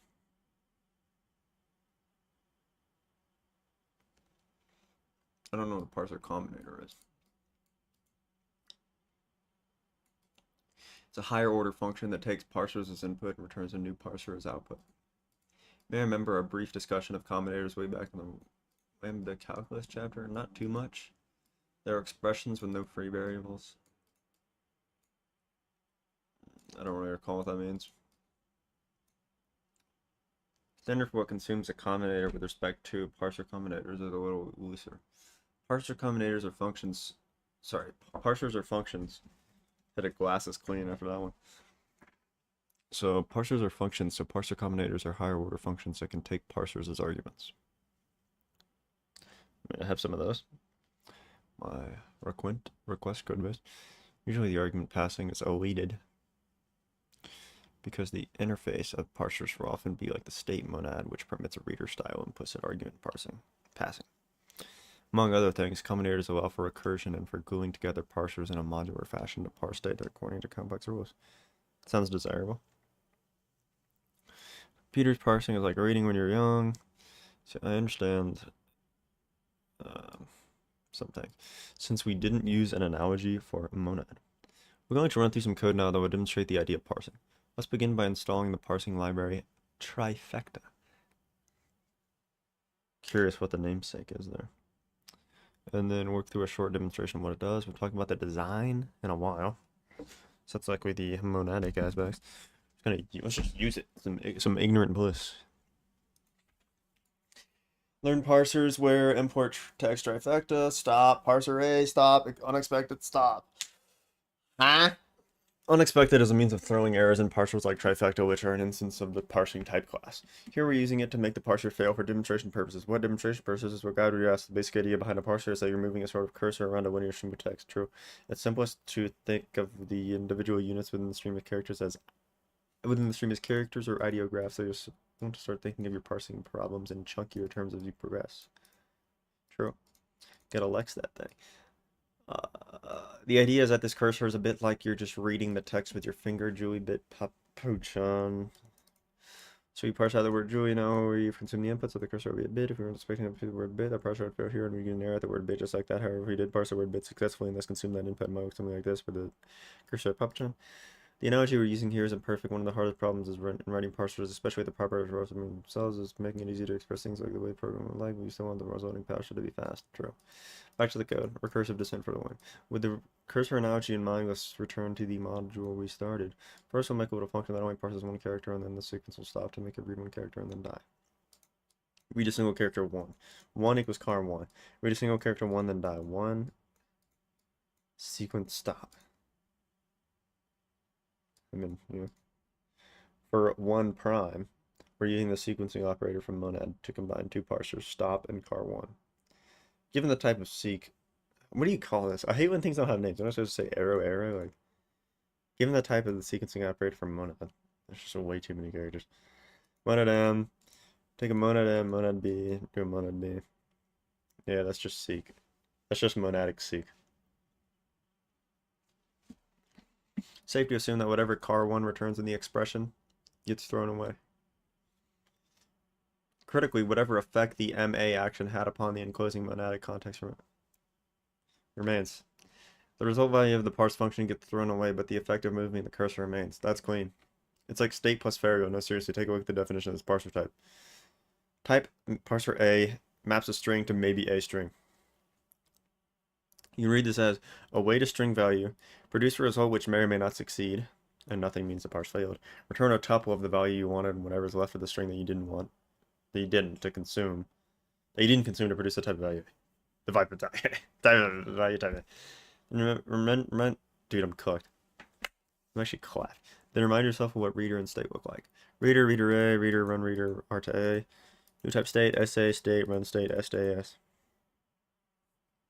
If you can convince yourself that state is an elaboration of reader, that also just happens to return the state itself.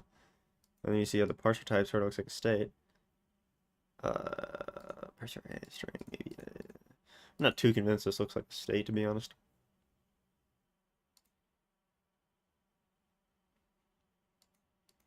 I mean, sure, you got maybe a tuple, and this string is like the same as the state, I guess. Whatever. Deal with the parser type is that a state is handling the fact that you need to await an eventual text input, and that having parsed something out of the text input results in a new state of the input stream. That makes sense. It also lets you return a value independent of the state, while maybe handles the possibility of parser failure. True. If we were to look at the underlying pattern of a parsing function such as car, you would see the state-ish pattern. Please understand that while this should work as a car passing function, we are simplifying here, and this is not what the source code of any modern parsing lib would look like. Rudimentary car C equals parser. So we're making a parser out of this. So parser, the S. So this is the string, yeah, string. Case string of if XX is, if it's nothing, it's empty parser. If it's XX is, then if C is X, then parser XX is else parser. So we're just eating characters until we get to it, yeah. We can encode the possibility of failure in that by adding maybe, but at this point, that is important because we're just using a library that has encoded the possibility of failure for us. It has also optimized the heck out of car for us, but we wanted to show you how the underlying function in the S embedded in the parser data constructor. Consider also the type for a classic Houghton-Meyer parser. I don't know nothing about that. From polyparse. Type token equals car. New type parser A, P, takes a list of token, maps it to A token. Same thing differently formatted. So this is just looking at lists of cars as strings. Yeah, fair enough. I'm surprised to see token as car here. Usually when I think of token, I consider like an identifier to be a token. Same thing, differently formatted. Type parser prime A, string mapped to list of tuples A string. So this is like a list of tokens. What is A in this case? What would you put in A? Unsure. This changes things from the previous less common but simpler variant by allowing you to express a range of possibly valid parses starting from the input provided. This is more powerful than the maybe variant, but the design isn't used in popular Haskell parser combination or libraries any longer, really. Although the underlying implementation has changed dramatically with new discoveries and designs, most parsing libraries in Haskell are going to have an interface that behaves a bit like state, in that the act of parsing things has an observable effect on one or more bits of state. If we were talking about state, this means that any put to the state value would be observable to the next action in the same monad. These examples use the transformer variant of state, but if you ignore the T, you should be able to get the basic idea. get monad_m state t SMS, put monad_m state. I feel like I should watch a video on Haskell state. I didn't completely understand it.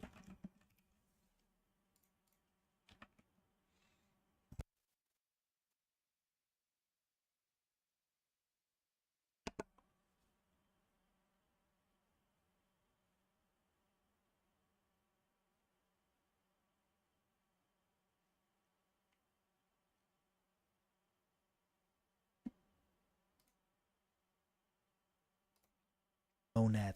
We have to change string. Monad in itself isn't that useful. The state transformer, however, is. There are some more transformers that might be of interest. In this video, we are going to talk about transformers. So far, we have seen quite I've watched a this few before. monads in this Somehow series. Did not The learn question anything. for today So is, let's watch it again. can we combine the functionality of two monads? For example, can we combine the functionality of the IO monad with the maybe monad? A naive way of implementing this would be creating a type alias for the two monads intertwined. Since we want this new IO maybe type to be a monad, we need a return and a bind function. The return is simple. We put the value around a just constructor and return it. The return function in this case comes from the IO monad. The bind is also simple. We use the bind that is provided in the IO monad and then manually do a case distinction on the constructor of the maybe type. We have to make sure that our new bind behaves in the same way the maybe monad's bind does. To make life a bit easier, we invent a new bind operator and create a lifting function that takes an existing IO monad and lifts it into the IO maybe context. Observe that again, we are using the bind of the IO monad. Now let's look at an example usage of this new IO maybe type. We want to write a program that asks the user for a name. That name has to be non-empty and capitalized and, if it was entered correctly, should be printed on the screen. Otherwise, nothing should happen. In order to get this functionality, we define getName, which reads the user input, checks its validity, and then returns either the correct input or nothing. In the example, our bind operator takes care of the conditional execution of putString_ln. Here we see why we need the lift function. PutString_ln is an IO monad, but we are working with IO maybe. Looking at our example, it works just as expected. So now we have seen how to combine two monads, IO and maybe. But what if we want to combine the list monad with the maybe monad, or two maybe monads, or IO and list, or our newly created IO maybe with lists? That is where monad transformers come in. We will now rewrite our specific code into a more abstract code that will allow us to give any monad the functionality of the maybe monad. Of course, we need a new type. Monad transformers end with a capital T in their name and possess a field called run something something t that exposes the monad which is wrapped into the something something t constructor. It's now possible to create a monad instance for this type, since it's not just an alias but a proper new type. So, what do we have to change in order to arrive at the definition for the monad instance? As it turns out, nothing much. Remember that we used the return and bind functionality of the IO monad before. Of course, every monad has a return and bind, so our definition was already general enough. The only thing that changes is that the return now wraps the new constructor around the monad, and the bind has to access this monad with the run field. The lifting function is the interesting part, since that is actually what is needed in order to have a transformer. We need to be able to lift other monads into our new context. And that is where a new class comes into play, which is called monadTrans, which implements a lifting function that has to do just that. Take a monad and lift it into the new context. LiftM is a function we have not seen before in the series, but it's nothing special. It's a functorial mapping on monads, very similar to fmap. Truthfully, the only thing we need for a monad transformer is the monadTrans type class, but it is convention to use a run field in order to get access to that monad. More on that later. First, let us rewrite our program. We now want to replace the IO maybe type with the monad transformer for maybes, which looks like this. As you can see, we have to lift the IO functions in order to get this to work. Also, we have to use the run maybe t function to get our actual result. The guard functionality is provided by the alternative type class and has the exact same behavior as our if condition before. The great thing is that this transformation can easily be extended to other monads, and this configuration allows us to stack multiple transformers. Okay, So let us look at another example of a transformer that comes quite in handy. Sometimes in our programs, we want to keep track of a state. Imagine having an input-output loop and wanting to count occurrences or set certain flags. Maybe you want to implement a firewall and keep some information on the side relating to addresses. What we need in order to do this is a state, which of course is not easy to do in a purely functional way. So how is it done? Let us define this function, called readUntil. It maps a string to an I/O monad, which will continue reading the input of the user until the string that was supplied to the function was entered. Now let's introduce a problem of state, and let's say we want to count how many inputs it took the user to enter the ending string. One way of getting this functionality is by using another argument for the function that does the counting. This accumulator approach is something we have seen many times before, but it has some problems. First of all, what if we want to keep track of many different states and variables? How do we manage that? Second of all, what if we want to return something else in the I/O monad? Right now, the int in the I/O monad is the state we want to keep track of. But what if the I/O monad should do something else? Like, for example, contain the accumulated inputs or something like that. This is exactly where the state transformer comes in. This transformer provides many functions. The most important ones for our example are shown. Get and put do what you would expect. They access and change the state. Run state t is used to evaluate the computation and return its end result, called a in this declaration, with the resulting state called s. Eval state t is used to drop the state, and exec state t is used to drop the end result of the computation if that is desired. But how does the state actually look like? It's quite simple, really. The state transformer keeps track of the output of the computation and the state in a tuple consisting of just that. With that, we can rewrite our function to use the state transformer.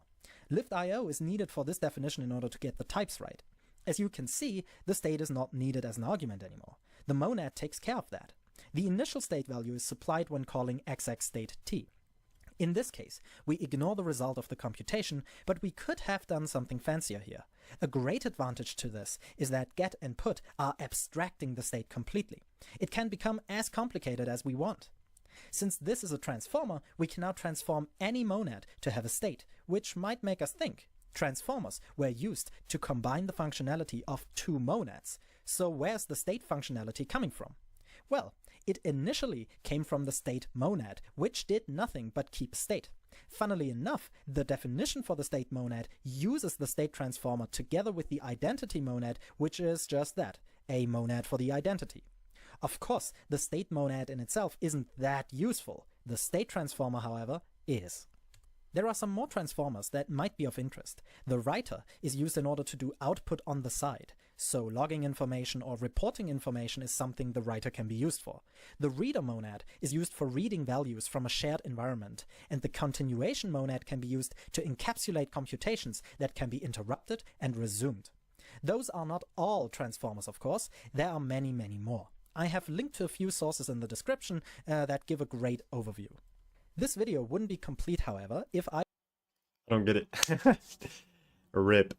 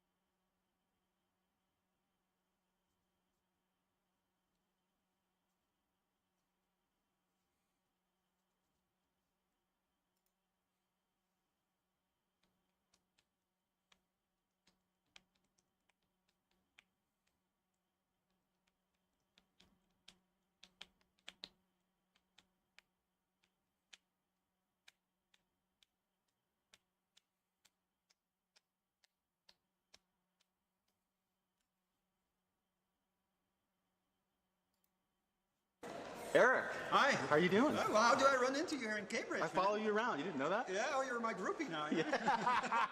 Well, I wouldn't go that far, but yeah. Okay. We got a lot of them on 9. And we're here with Simon Peyton Jones again. Hi there, Charles. How you doing? Good to see you again. Nice to see you. So, what's going on?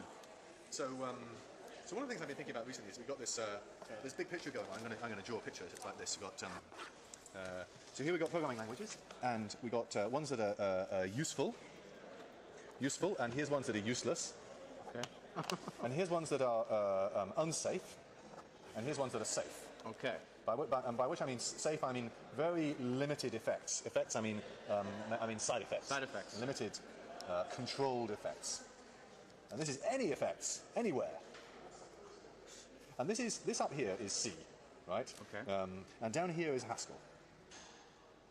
But actually, also here is C# and Java and C++. Pretty much every mainstream language is in this useful but unsafe camp. Now let's talk about that for a second. Even C#? Oh, sure. Uh-huh. C#. What does a C# program do? It's an imperative program. It's a sequence of steps. Every line says, do this, then do this, do this. When you call a method, often it has no arguments and no result. It may have some arguments, but no result. And why? Because its sole reason for calling it is to have an effect on the world, to change the state of something. Interesting. So it's fundamentally effectful. Okay. And this is a very powerful computing paradigm. It's what our machines do, after all. It's incredibly useful in practice. Right? Absolutely. So what we'd like to go is here. This is nirvana, right? Where we're both safe and useful. Okay. Right. And the real world has been gradually moving in this kind of direction in all sorts of ways over time. In fact, becoming more and more controlled. I think transactional memory is a good example of this, where we want to say, well, inside a transaction, it would really be so much better if we could control, we could make sure that we don't do, say, arbitrary input-output. That's arbitrary effects. Because inside a transaction, you've got to make sure you don't launch the missiles until you've seen a consistent view of memory. So that's an example of what I mean by limited effects. Or you might like a procedure, and you might like to say, I know this procedure is a pure function. In fact, some languages maybe even are getting pure annotations. Compilers can do a lot with those kind of things. So this is like where link is also moving, right? Where Right. you- Good. Exactly, because in expressions, in the query comprehensions, you want to be there. You want to have no side effects, because then the compiler can do much more optimizations, or send it to SQL, where you don't know what happens there. So indeed, SQL is a language like that. So there's little sub-languages that have become quite mainstream and very useful that have controlled effects, but at the moment they're all embedded in large languages that have unrestricted effects. But nevertheless, there's a big trend. The more we think about parallelism too, the more we need to control effects, because if you have unrestricted effects, you do things in parallel, then you don't know what the result of the program is going to be. Absolutely. So from the other end of the world, these us sort of geeky Haskell guys have started with completely useless language, right? Because it had no effect. In the end, a program with no effect, there's no point in running it, is there? You have this black box, and you press go, and it says, it gets hot, but there's no output, right? Why did you run the program? The reason to run a program is to have an effect, Sure. right? So, but nevertheless, we put up with that embarrassment for many years until we figured out how to combine in a single language, a single programming metaphor, we can combine effectful computations and effect-free ones without making them pollute each other. Interesting. Right? The type system keeps them apart. So we've been working from that direction. Everyone else is working from this direction. But there's a lot of cross-fertilization going on here. Right? We got the idea of STM, the transactional memory stuff, from the imperative world. We thought about it over here and added retry and or else, and are busy putting that back into the imperative world. Nice. There's quite a bit of cross-fertilization going on. Or the other one with the comprehensions, right? That came from here, or that came from there to Right. here and back. Right. So now, Haskell's comprehensions are kind of, getting ideas from the C# and VB comprehensions and putting them in. Well, let's talk about that briefly. Comprehensions. Definition. Oh, comprehension, the query expressions. Okay. And comprehensions is the geeky word that comes from Haskell. So Simon just wrote a paper with Phil Watler where they kind of extend the Haskell comprehensions with order by and group by, which is something that we introduced in C# and VB, Outstanding. where we took the original idea from comprehensions from Haskell. So it's a kind of nice, way of. Yep. So here's a Haskell comprehension, which you read the list of all x such that x is drawn from x's and x is bigger than 0. And in link or SQL, you might say from x's select x where, or something like this, and here's a filter expression. But then these guys, so over here in the link world and indeed in the SQL world, there's also order by and group by. And so we're busy that's right, a whole bunch of other stuff here, and we're busy figuring out maybe we can steal some ideas from over here and put them back into Haskell. Absolutely. So it's a very, very productive sort of synergy going on here. This stuff started out in mathematics. Who are you, sir? I'm Butler Lamson. All right, another fellow researcher. That is right. Oh, but he's a great God before whom we bow. So Yes, exactly. All right. Let's still know Let's see the bows in action here. So I'm short-circuiting a lot by saying Haskell here, right? But Haskell's predated by lots of other languages which are predated by mathematics. Yeah. And we have to go and judge a competition. Mathematicians wouldn't recognize it's ordered by and group by. They will. Once we put it back into Haskell, they will. Mathematicians will, or just Sure. Haskell? Outstanding. How are we doing here? Hey, Father. Charles, you've stolen my judges. So the judges now need to judge. What a great panel of judges. Oh yes, Outstanding. It's a very outstanding panel. Always Quick great to brief- talk to you guys. Quick brief for them, and then we're going Sure. to start again. So,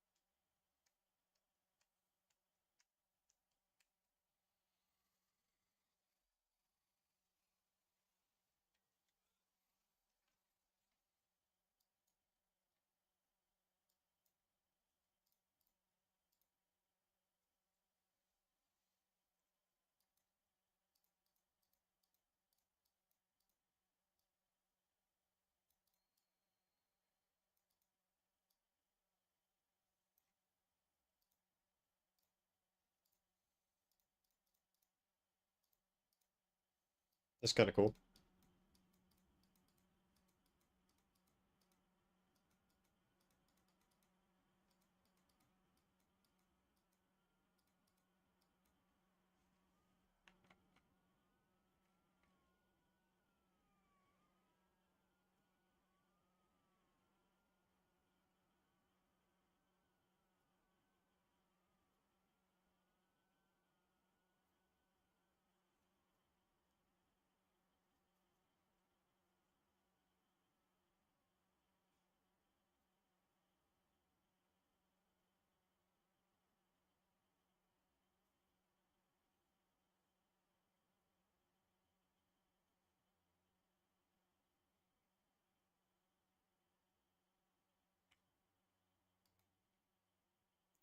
lifting it into the parser.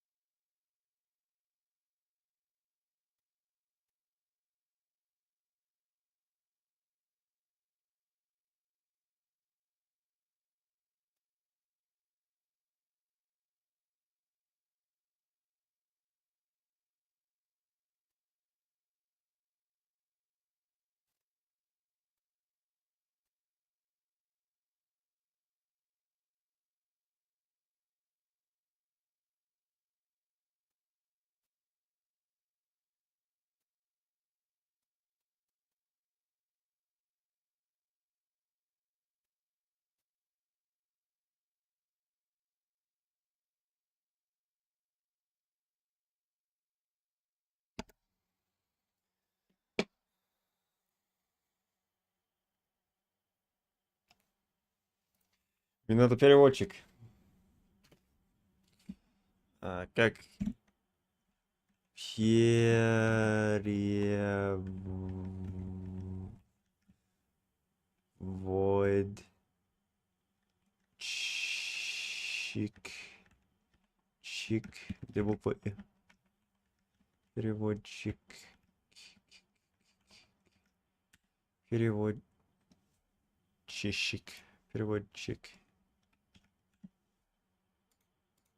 От английского. До русского. Нет. От русского.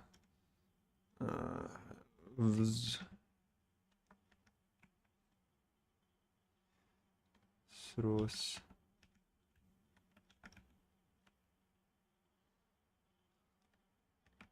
Лейн.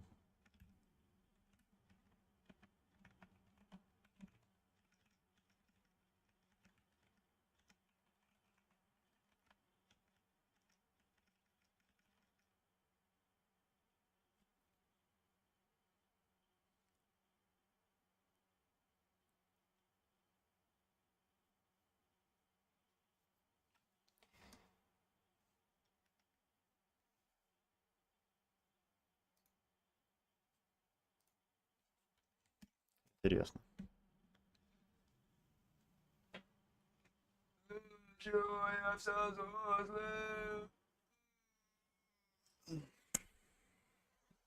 Cramp max.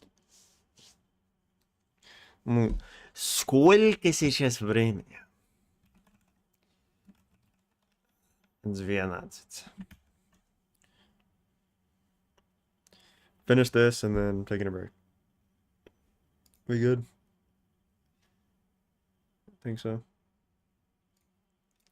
Parsing ecosystem. Haskell has several excellent parsing libraries available. Parsec and autoparsec at the parsec are perhaps the two most well-known parser combinator libraries in Haskell, but there's also megaparsec and others. Ason and Cassava are among the libraries designed for specifics. For this chapter, we've opted to use trifecta. As you've seen, one reason for the decision is that trifecta has error messages that are very easy to read and interpret, unlike similar. Also, trifecta does not seem likely to undergo major changes in its fundamental design. It's done somewhat unusual and complex, but most of the things that make it unusual will be irrelevant to you in this chapter. If you intend to do a lot of parsing in production, you may need to get comfortable using autoparsec, as it's particularly known for speedy parsing. You also need some autoparsec and ASON later in the chapter. Oh, you'll see it. The design of trifecta has evolved such that the API is split across two libraries, parsers and trifecta. The reason for this is that the trifecta package itself provides a concrete implementation of the trifecta parser as well as trifecta functionality, but the parser API is a collection of type classes that abstract over different things the parser can do. The next trifecta module handles exporting what you need to get started from each package, so this information is mostly so you know where to look if you need to start spelunking. Okay, type classes are parsed. I've noted above types of parse library for certain type classes. The type classes abstract over certain kinds of things the parser do. We're not going into we'll note a few things here we'll see in the chapter. Sense of their provenance? Что это значит? Моим домом ходит наверное. Provenance. Oh. Okay, yeah, I've heard of that. None of the following is a discussion of the provided by the parsers library. You do not need to type this in. The type class parsing as alternative as a type class, a superclass. Talk more about alternative a bit. The parsing type class provides. The parsing type class has an alternative as a superclass. The parsing type class provides for functionality needed to describe parsers independent of input type. I guess that's like, it could be by string, but then if you have overloaded string, I don't really see. Either way, a minimal complete instance of the type class defines the following functions: try, bang map, I'm gonna call that bang map, and not followed by, let's start with try. Try monad A to monad A. Know what an API is. This takes a parser and may consume, so what are we talking about? Kind of got distracted by this for a second. We're talking about try MA to MA. This takes a parser that may consume input, and on failure goes back to where it started and fails if we didn't consume input. Интересно. It also gives us the function not followed by, which does not consume input, but allows us to match on keywords by matching on a string of characters that is not followed by something that we do not want to match. There's like a quadruple negative here, so it gives us the function not followed by, which does not consume input, but allows us to match on keywords by matching on a string of characters that is not followed by something we do not. Okay, I didn't understand. Show a MA to M unit, no alpha, not followed by alpha num. Keyword let try.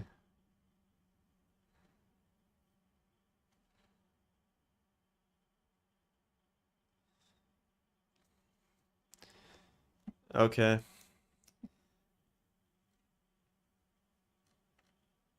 I'm not too convinced that I care about this. I'm unlikely to use this parsing library. I guess I'm going to be designing my own in a sense. Yeah, I don't actually care too much about this. I'm going to be spending the whole semester studying this.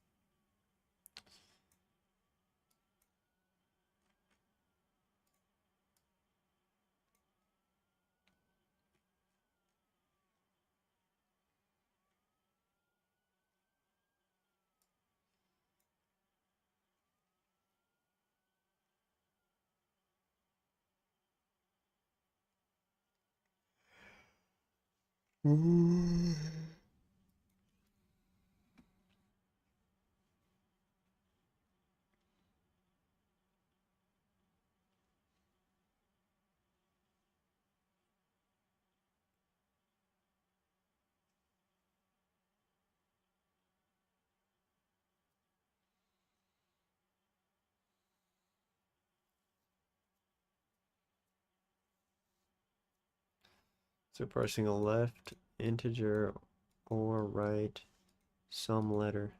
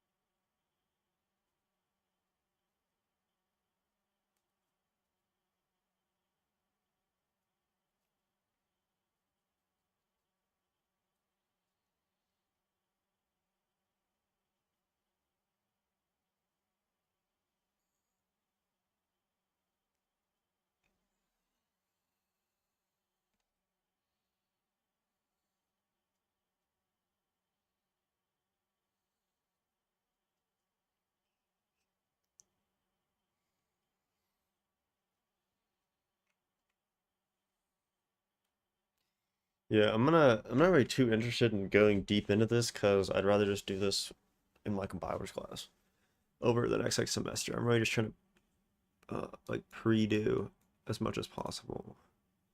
That's like the point of this week, so I don't really think this is useful.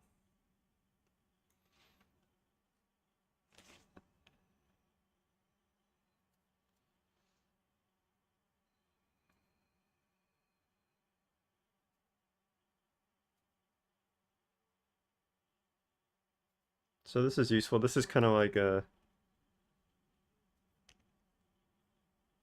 rack.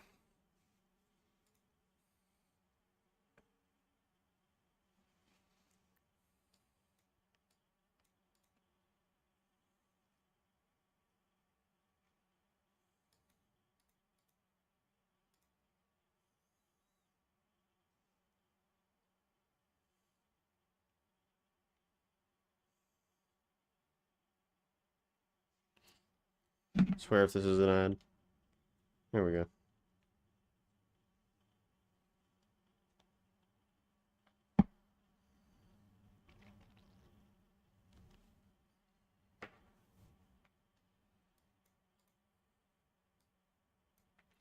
So yeah, this is very similar to what I was doing in Quest, blah, section blah, header X, market pair, skipping on, persistent.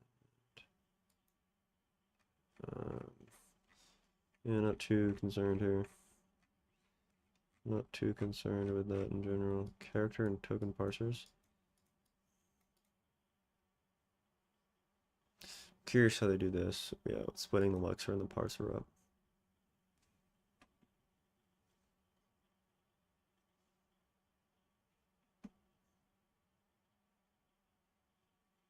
AST.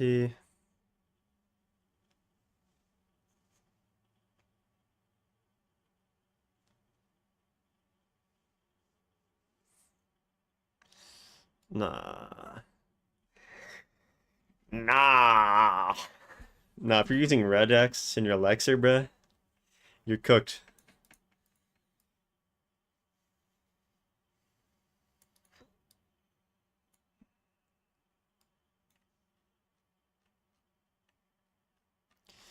Don't care, don't care. Polymorphic parsers.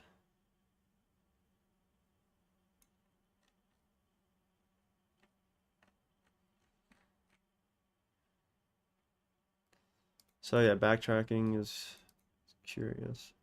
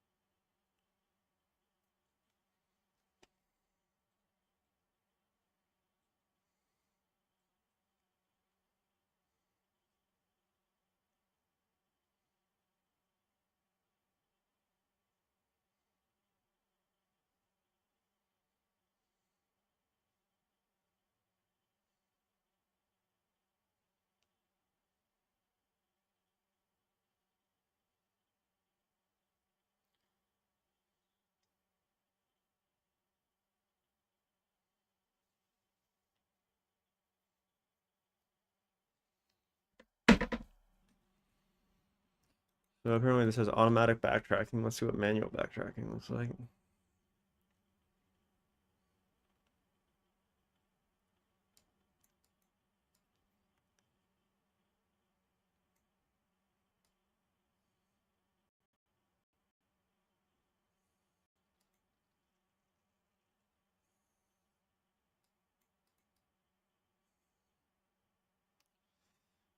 You need a sum type, homie.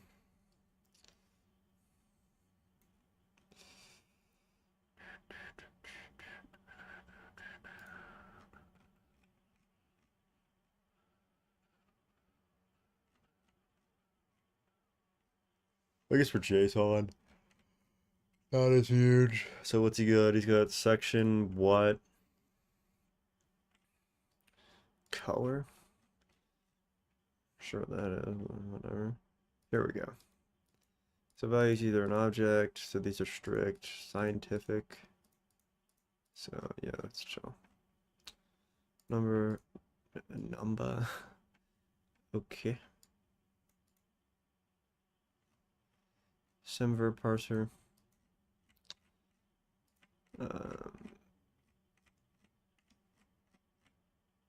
Parser parses. No, actually. Parser combinator combines two or more parsers to produce a new parser. Good examples of this are like using OR infix from alternative to produce a new parser for the disjunction. Sum, minim, append, monadic seek. Marshalling is transforming a potentially nonlinear representation of data in memory into a format that can be stored on disk or transmitted over a network socket. Going in the opposite direction is called unmarshalling. CF. Até em espanhol. A tokenizer converts text to tokens, Lexus. And yeah, composing types, e pluribus monad. One thing, the last thing one discovers in composing the work is what to put first. Shout out AP art.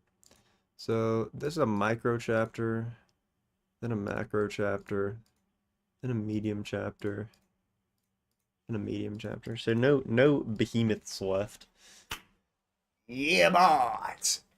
So what I'll probably do, let me look at the schedule right quick. See, I definitely just skimmed that, but it's for my own best interest, I think. At least I'm convinced. Solid 3 hours of reading on that, though. That probably last because I was doing so much freaking laundry, dude. Ugh. So I'm gonna eat, play some Counter-Strike. Know how it is. Then maybe I should just finish this book. How much is left in here?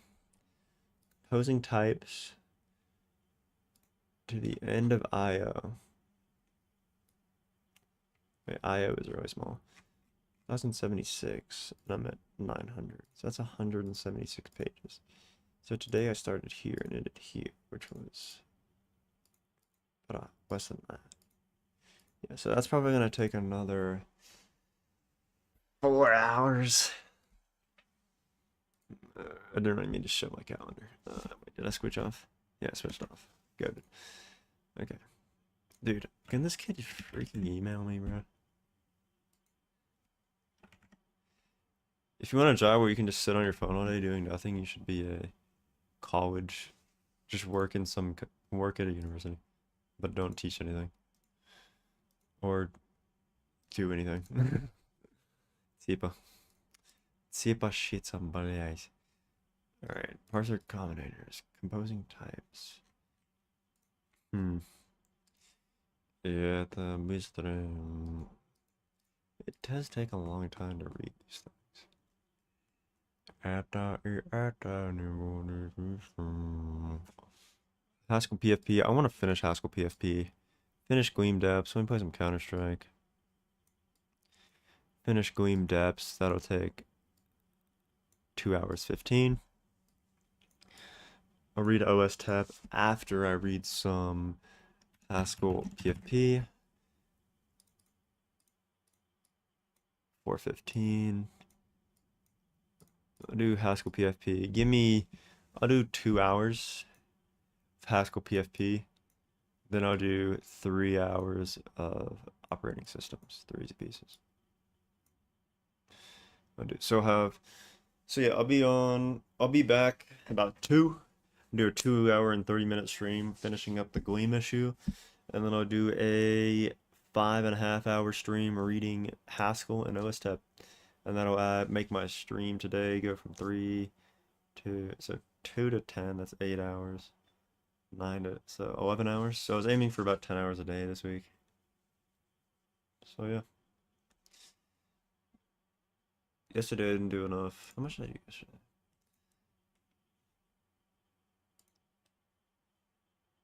Dude, I don't understand how it's so hard to do.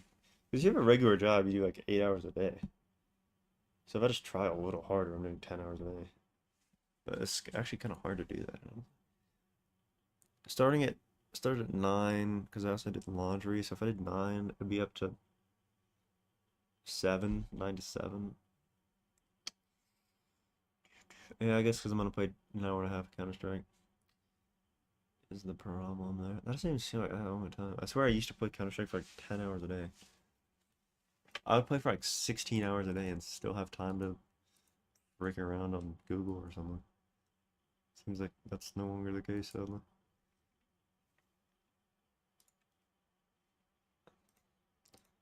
It's also because I'm sleeping too much. I slept for 8 hours, 15. I don't know, it's better to sleep longer than just... I mean, half of the streams I just fall asleep for like 20 minutes just in the middle of reading. Like, it's kind of chops.